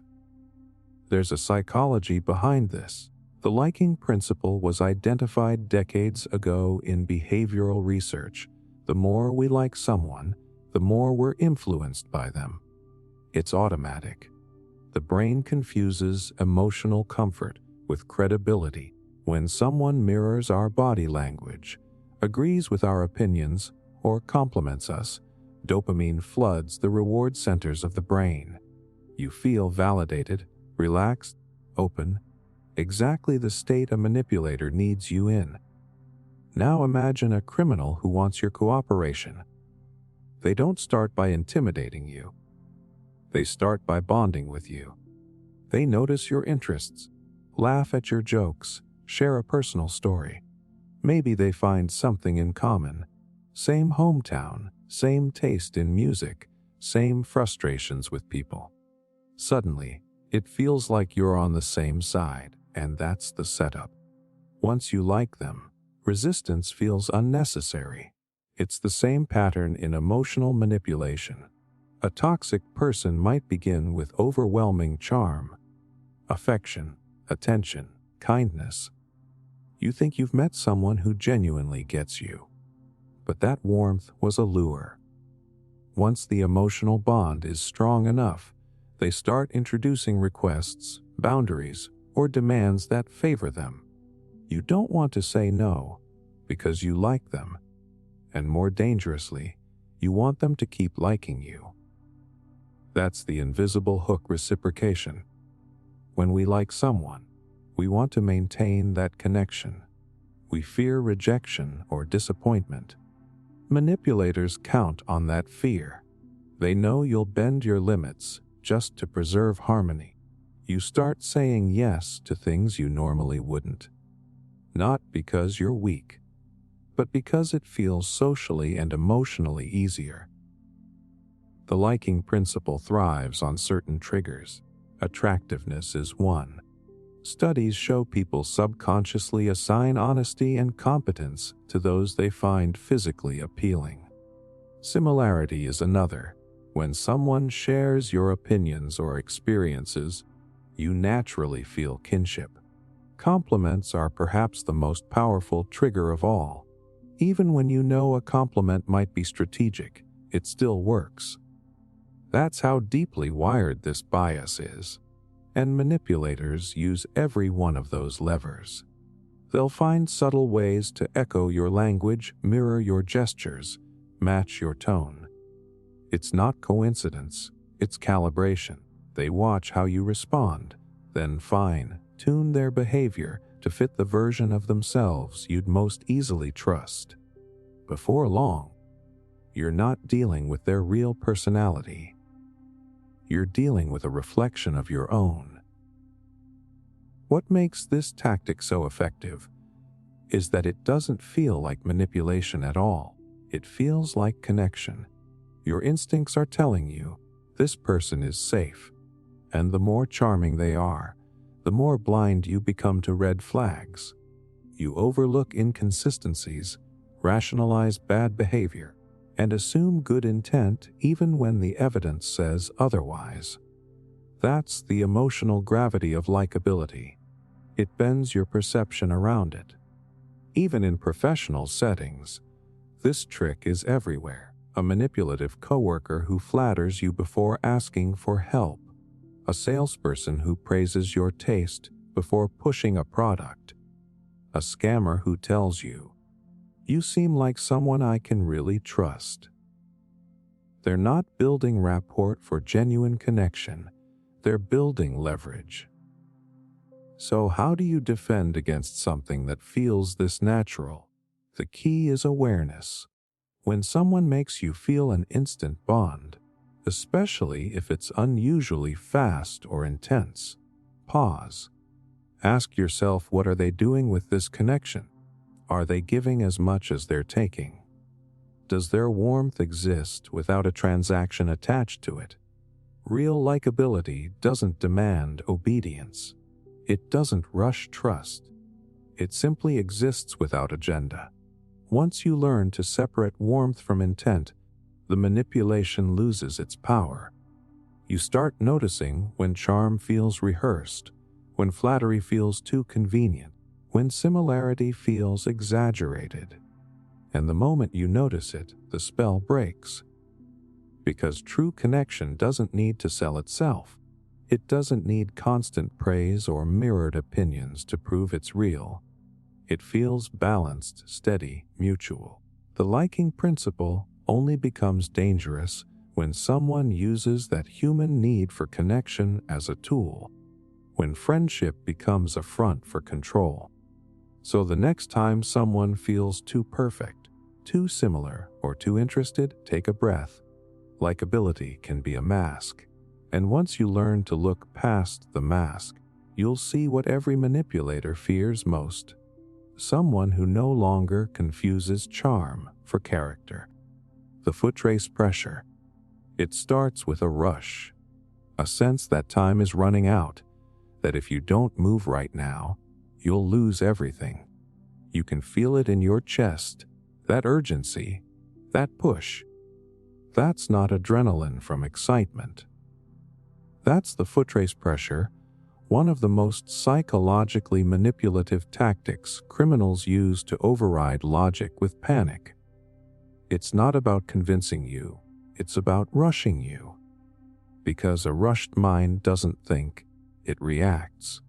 This tactic plays on one of the deepest human reflexes. When something feels urgent, your brain switches from reasoning to instinct. It's a survival mechanism. If a fire alarm goes off, you don't analyze, you run. Manipulators exploit that same mechanism by manufacturing urgency.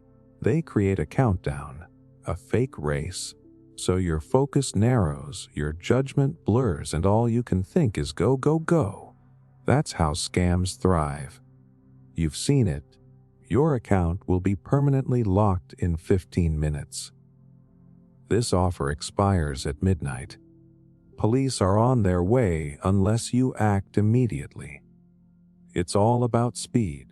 The goal is to keep you so busy reacting to the clock that you forget to question the story. Every second that ticks down is psychological fuel. turning calm people into desperate ones.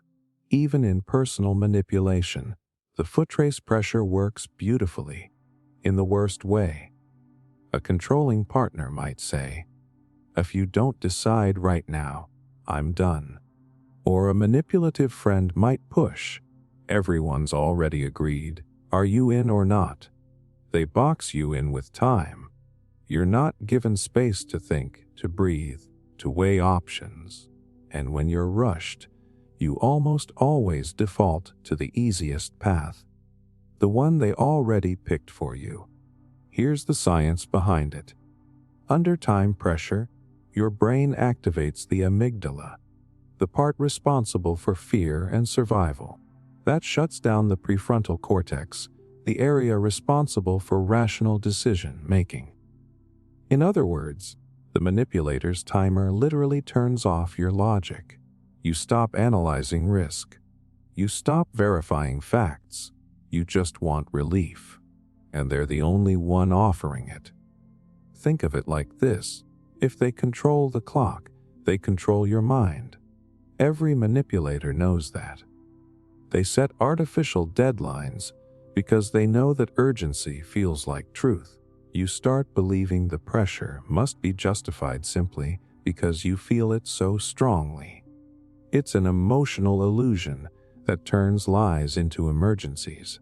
The criminal version is especially dangerous because it often hides behind authority. You get a call from someone pretending to be a police officer, an IRS agent, or a bank rep. They sound official, stern, confident. They say, "You need to handle this immediately, or there will be serious consequences." That line, "handle this immediately," is the pressure trigger. Once you're in that heightened state, your brain wants resolution, not analysis. So you comply. Manipulators also use the footrace pressure to stop conversations. The faster they make you move, the less chance you have to seek outside input.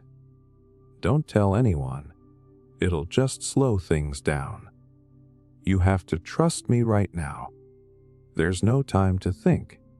Each of those lines is meant to isolate you, to make sure you can't stop and ask, "Wait, does this even make sense?"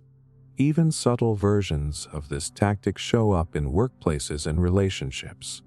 A boss might say, "I need this decision in 5 minutes."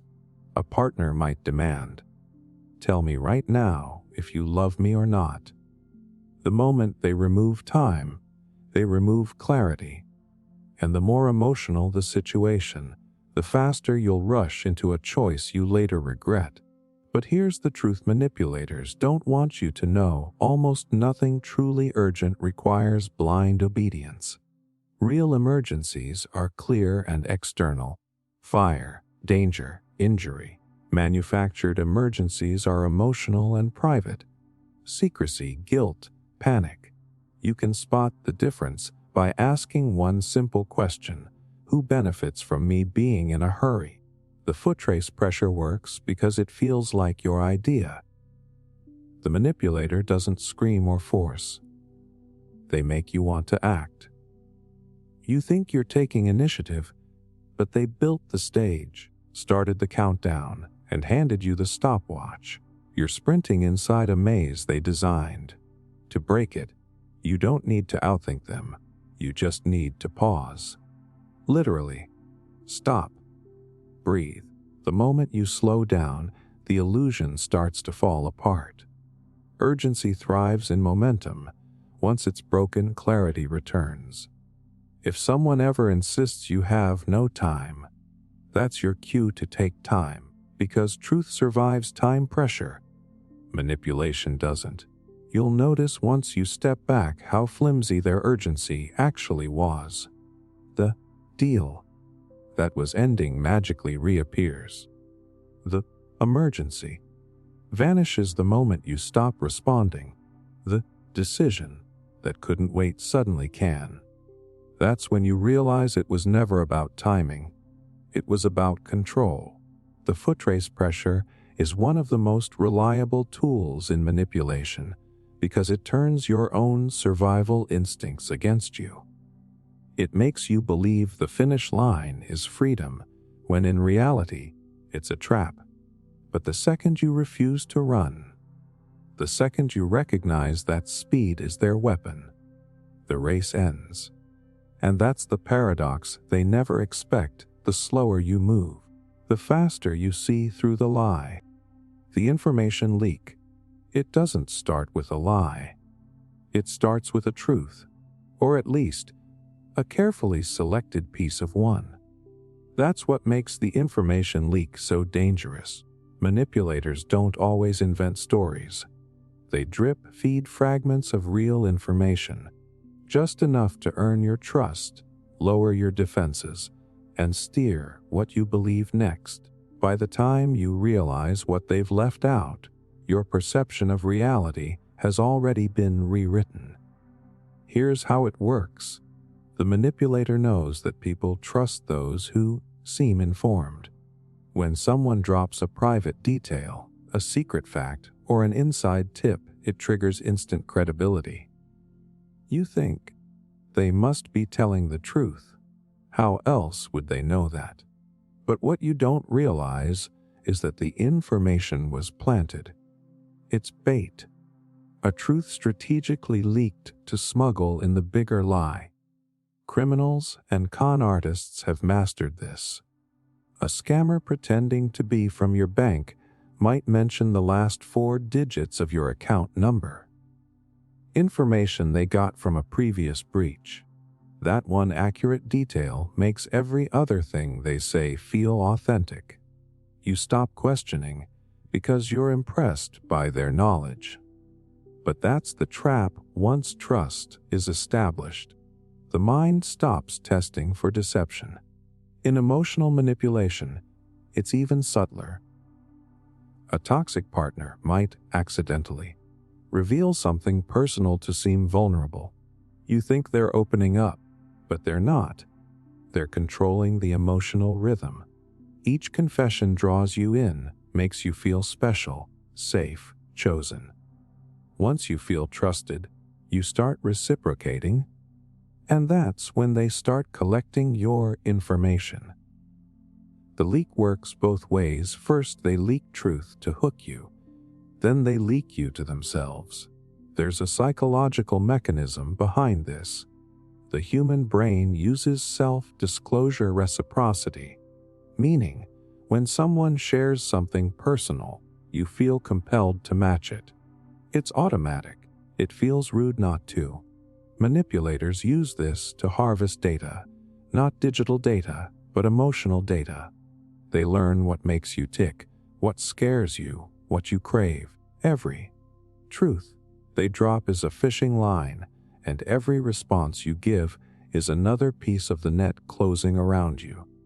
Even in corporate or criminal settings, this tactic scales perfectly. Think of social engineers, people who manipulate access through conversation. They might call pretending to be IT support and casually mention your department name or your boss's title. It feels legitimate because they've leaked small truths. Once your brain registers that familiarity, you stop guarding sensitive information. 1 or 2 leaks on their end opens the floodgates on yours. But it's not just about gathering intel.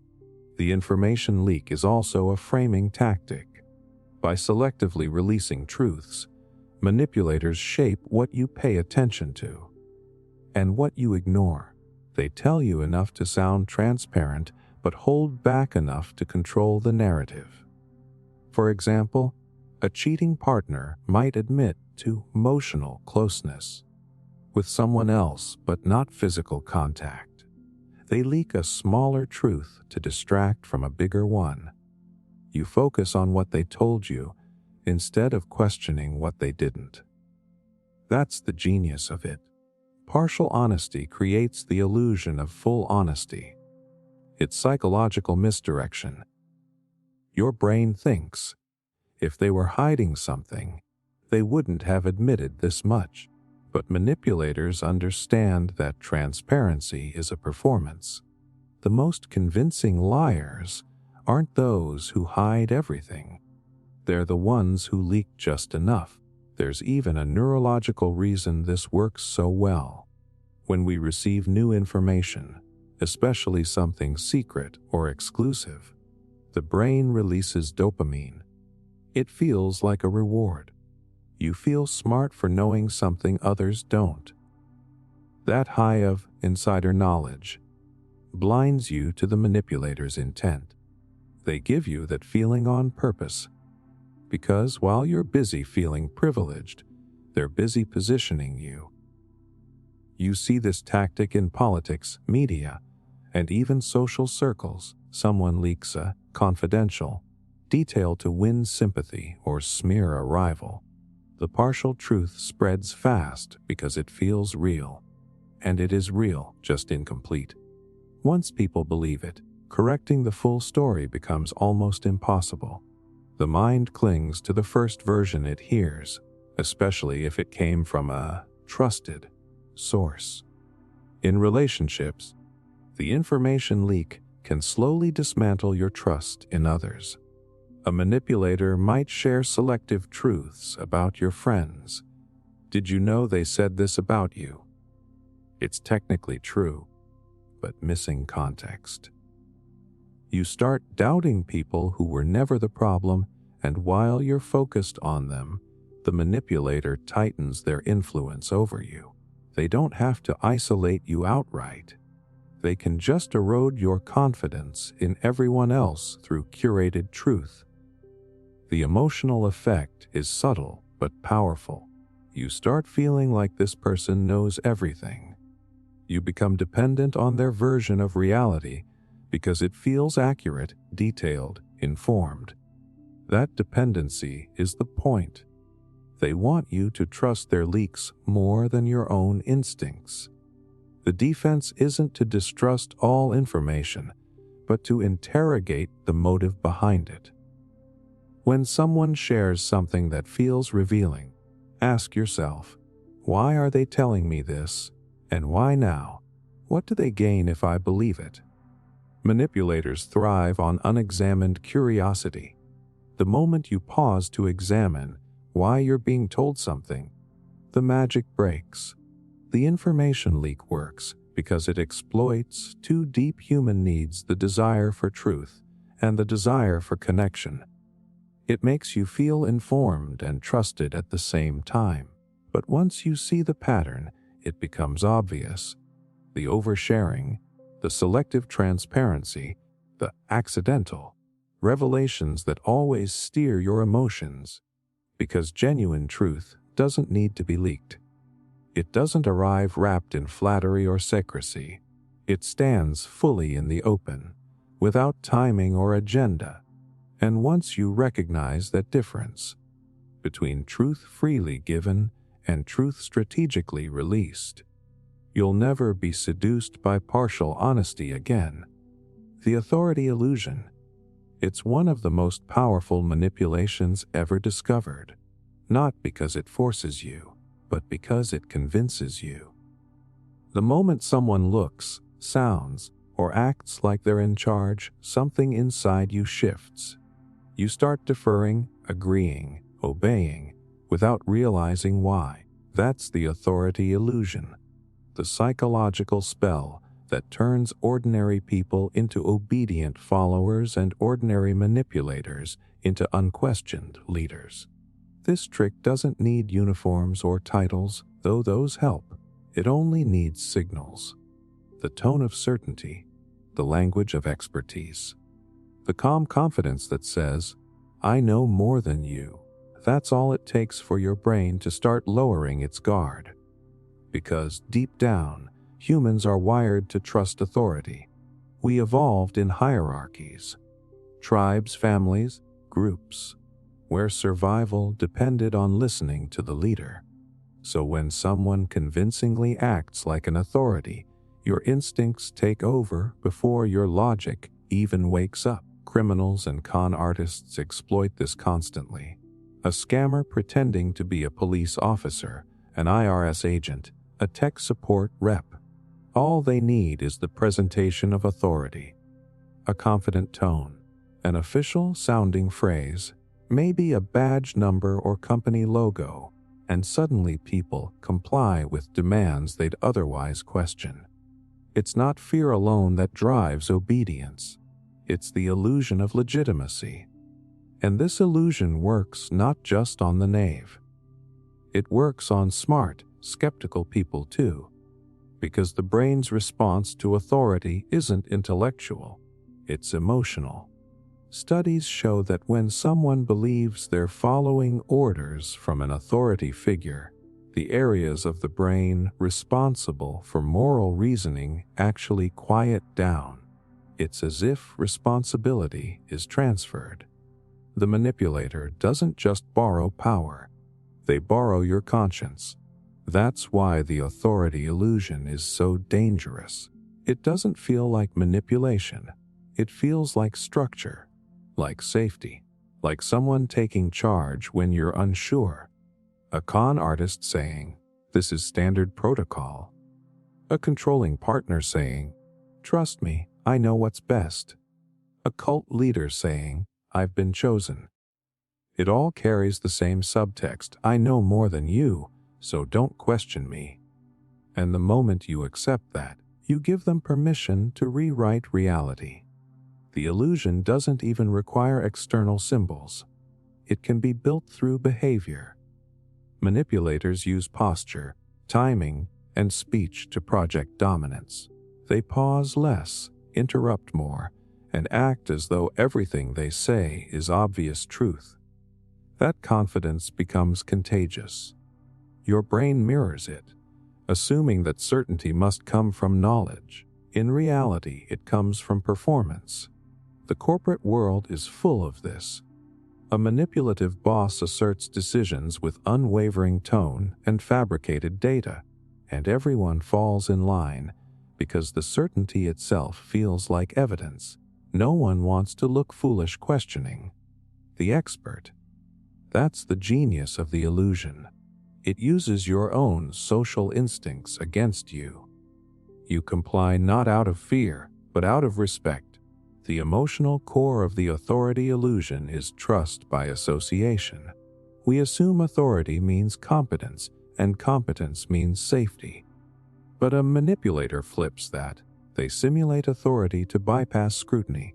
They speak faster, louder, or more precisely. They use jargon, quote half-true statistics, or name-drop institutions. They don't need real power, just the appearance of it. And because the illusion feels so natural, most people never stop to verify it. Even in personal relationships, the same dynamic unfolds. The charismatic partner who always knows better. The friend who corrects you in front of others, then softens it with, "I'm just being honest." The family member who insists they've lived longer, seen more, and therefore must be right. The illusion feeds on your instinct to defer to experience, to authority, to age. And once you accept their superior position, every disagreement becomes a test of loyalty rather than truth. Psychologically, this trick works because of cognitive offloading. When faced with complexity, your brain wants relief. Authority provides it. It lets you stop thinking so hard, stop doubting, stop feeling uncertain. That's why it feels good to follow a confident voice. Manipulators know this. They manufacture certainty to sedate your critical mind. So how do you break the illusion? Not by challenging authority directly, that often strengthens it, but by quietly verifying. Ask yourself, what evidence supports their claim? Does their confidence match actual proof? Can their authority be independently confirmed, or does it exist only in their performance? Real authority welcomes scrutiny. Illusory authority punishes it. That's your test. The most effective manipulators know how to blur those lines. They'll admit small mistakes to seem humble, only to reassert dominance later. They'll use politeness as camouflage, switching between charm and command to keep you disoriented. It's not about consistency. It's about control of perception. As long as they look like they're in charge, they are. Once you start seeing through the illusion, it becomes almost absurd how simple it really is. The tone, the body language, the phrasing, that's all it ever was. Theater with psychological consequences, authority without authenticity. And yet, because it taps into primal wiring, it can enslave entire groups, not just individuals. The authority illusion thrives on your willingness to believe that power equals truth. But power and truth rarely walk hand in hand. The people who shout the loudest about being right often do so to drown out the quiet voice of your intuition whispering, "Something doesn't feel right." That whisper is your alarm, the one the illusion tries to silence. Because real authority doesn't need to convince you it's real. It doesn't need the costume, the tone, the urgency. It simply stands on truth, even when questioned. And once you start asking questions, calm, steady, fearless questions, the illusion collapses, the mask cracks, and the manipulator loses the only thing they ever truly had, your unquestioned obedience. The false consensus game. It's one of the most chillingly effective psychological games ever played. Not because it pressures you directly, but because it makes you believe everyone else already agrees. That's the false consensus game. A manipulator's way of convincing you that resistance means isolation. They don't need to argue facts. They just need to make you feel like you're the only one who disagrees. And that feeling alone is enough to make most people fold. This tactic works because humans are social creatures wired for belonging. We crave alignment, validation, the sense that we're part of something bigger than ourselves. Thousands of years of evolution trained us to read the room before taking action, to blend in with the group so we wouldn't be cast out. Manipulators know this. They turn that instinct into a weapon by constructing the illusion of majority opinion. You'll see it everywhere once you start looking.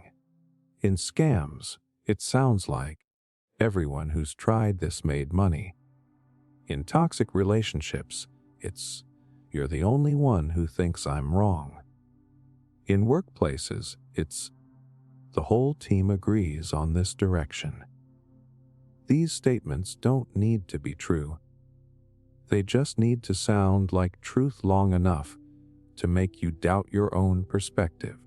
The manipulator doesn't prove the crowd exists. They just invoke it. Psychologically, this taps into what researchers call the false consensus effect. It's a cognitive bias where people assume their opinions, beliefs, and actions are normal, shared by most others. Manipulators weaponize that bias by flipping it on you. They act as if your hesitation is strange, your caution irrational, your dissent lonely.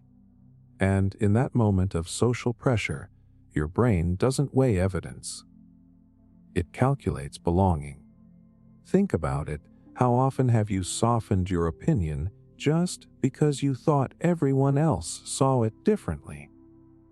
You didn't have proof. You just didn't want to be the outsider. The false consensus game takes advantage of that discomfort. The manipulator positions themselves as the voice of the group. Even if the group doesn't exist, they talk in plural. We all think, everyone knows, most people feel. That linguistic trick alone is enough to create the illusion of unity. In criminal settings, this tactic becomes frighteningly effective. A con artist might say, "Other investors already signed up. You don't want to miss out." Or, "Most victims who didn't act quickly ended up losing more." The phrasing doesn't provide evidence, but it builds a false sense of collective agreement. And once you believe that everyone else is complying, it feels foolish to be the only one standing still. The manipulator doesn't sell you logic.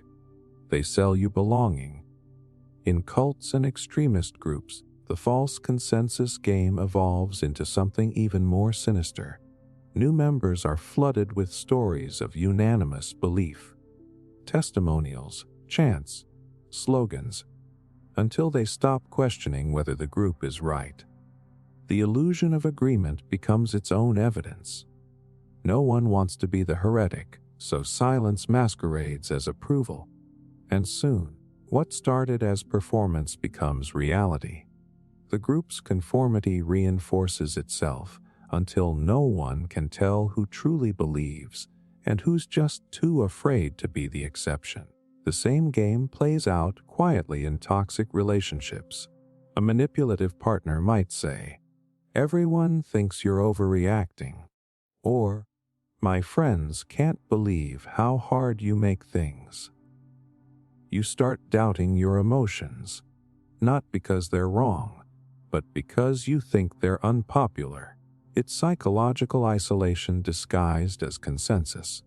The manipulator wins not by being right, but by making you feel alone. And here's what makes it so powerful: you rarely verify it. When someone claims, "Everyone agrees," your brain doesn't demand names or proof. It fills in the blanks automatically. You imagine the crowd nodding, the group approving, the world aligning against you. And that imagined agreement feels real. That's why this game works even when the supposed everyone is just one confident liar. There's a neurological trigger behind it too. The moment you sense social disapproval, your brain releases stress hormones. That discomfort pushes you to resolve the tension, usually by conforming. Manipulators rely on that reflex. They know that the fear of being excluded is more persuasive than the fear of being wrong. In the digital world, this trick has become industrialized. Bots, fake reviews, and manipulated comment sections create the illusion that an idea or product has overwhelming support. You scroll through hundreds of identical opinions and assume you must be missing something, but you're not. You're just staring at a perfectly designed mirage of consensus. Once you recognize the false consensus game, it's hard not to see it everywhere. Politicians say, "The people have spoken," when half the country hasn't. Influencers claim, "Everyone's using this," when it's really just marketing. Manipulators tell you, "Nobody else had a problem," to make your valid concerns sound unreasonable. They're not appealing to reason. They're appealing to your tribal wiring. But the truth is, everyone is almost never everyone. Consensus is rarely unanimous, and disagreement doesn't make you wrong. It makes you thinking. The antidote to this manipulation isn't rebellion for its own sake, it's verification. When someone claims everyone agrees, ask, "Who exactly?" When they say nobody complained, ask, "Did you ask everyone?" A simple request for specifics can shatter the illusion instantly. Because the false consensus game can't survive transparency. It depends on vagueness. The fog of they, everyone, we all. The moment you drag that fog into the light, the crowd they invoked disappears, and it's just you and the manipulator. The truth versus the performance. And when you see it clearly, something powerful happens. You stop fearing the imaginary crowd. You stop second-guessing your perception. You realize that standing alone doesn't mean you're wrong. It often means you're awake. That's the quiet secret the false consensus game tries to bury. The crowd isn't always right, and sometimes the only one thinking clearly is the person who refuses to join it. The silent treatment shift. It doesn't come with shouting, threats or confrontation. In fact, that's what makes it so unsettling. The silence feels heavier than words ever could. That's the silent treatment shift, a psychological manipulation that turns absence into control. It's when someone deliberately withdraws communication, affection, or attention not to find peace, but to punish, condition, or dominate. And the scariest part, it works not because of what's said, but because of what's withheld. It starts subtle. Maybe they stop replying to your messages. Maybe their voice goes flat. Maybe they suddenly act distant, like you've done something terrible, but won't tell you what. At first, you assume they just need space. You tell yourself they're tired, busy, stressed. But deep down, you feel it. The shift. The warmth you relied on is gone. The air between you feels like glass. And you start to panic a little, wondering, what did I do? That's exactly where they want you. Because silence in the hands of a manipulator isn't absence, it's pressure. It's an invisible leash. It makes you turn inward, question yourself, chase their approval just to make the discomfort stop. The more you reach out, the colder they get. The colder they get, the more desperate you become. And slowly, you start to reshape your behavior, trying to avoid triggering that silence again. That's how control is built, not through fear of rage, but fear of being erased. Psychologically, this tactic hijacks one of the deepest human needs, the need for social connection. When someone close to you suddenly withdraws, your brain interprets it as a threat to survival. It triggers anxiety, even physical pain. Research has shown that social rejection activates the same neural pathways as actual injury. That's why it hurts so much. Because your mind can't tell the difference between being hit and being ignored. Manipulators exploit that pain with precision.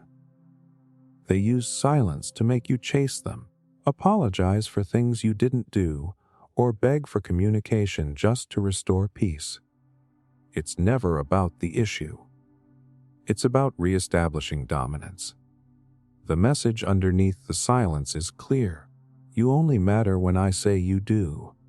And over time, that message rewires your instincts.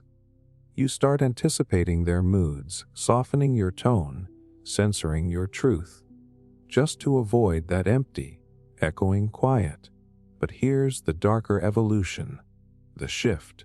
The silent treatment shift happens when the manipulator flips the narrative, reframing their withdrawal as emotional maturity or self-care. They'll say things like, I just needed time to cool off, or, you're too dramatic, I can't talk when you're like this. They present their silence as rational, even virtuous, while making you look unstable for wanting connection. That's the pivot that makes this tactic so insidious they transform punishment into principle. Now, instead of seeing their silence as cruel, you start seeing it as your fault. You believe you're the one who pushes too hard, needs too much, feels too deeply. And the manipulator, calm and detached, appears composed. The reasonable one. It's emotional gaslighting wrapped in politeness. You end up apologizing for reacting to the very thing that was designed to break you down. This tactic often shows up in toxic relationships, but it's not limited to romance. You'll find it in families, friendships, and workplaces too. A boss who suddenly excludes you from conversations after you disagree with them. A friend who goes cold after you set a boundary. A parent who refuses to speak until you come to your senses. Silence becomes a weapon of dominance disguised as disappointment. The emotional pattern always follows the same arc: confusion, guilt, anxiety, submission, and then relief. The moment they finally forgive you. That relief isn't peace, It's dependency. Your brain releases dopamine when the silence breaks, rewarding you for compliance. That chemical hit conditions you to associate obedience with safety. The next time they withdraw, you don't fight it. You fix it. That's the cycle they count on. And what makes the silent treatment shift especially manipulative is that it's plausibly deniable. They can always say, "I wasn't ignoring you. I was just giving you space." Or, "You're imagining it. You're too sensitive." They flip the script so that their silence becomes your overreaction. It's not just silence now. It's psychological invisibility. The long-term effect of this tactic is erosion. It erodes your sense of worth, your ability to trust your emotions, your confidence in what's real. You start tiptoeing through every conversation, terrified of crossing a line you can't see. And when silence comes again, you don't even resist. You just shrink. That's how they know they've won. But there's a way out, and it starts with reframing what silence means. Silence doesn't always equal power. It can mean emptiness, immaturity, cowardice. Once you recognize that the silence is strategic, not spontaneous, something shifts in you. You stop taking responsibility for their emotional avoidance. You stop running toward them. You stop dancing for scraps of acknowledgement. The moment you stop chasing, their weapon loses force. Because the silent treatment only works when you respond with panic, when you meet it with calm, with boundaries, with self-respect. The manipulator loses their hold. Their silence no longer feels like punishment, it feels like proof. Proof that they don't know how to communicate without control. And here's the truth: they never want you to realize the silence can hurt, but it can also reveal. It shows who's mature enough to resolve conflict, and who only knows how to win it. It shows who values connection and who feeds on control. And once you see that, their silence stops being something to fear. It becomes something to see through, because real communication doesn't vanish when things get hard. Real connection doesn't weaponize quiet, and real love, in any form, doesn't make you beg for a voice that was never truly listening.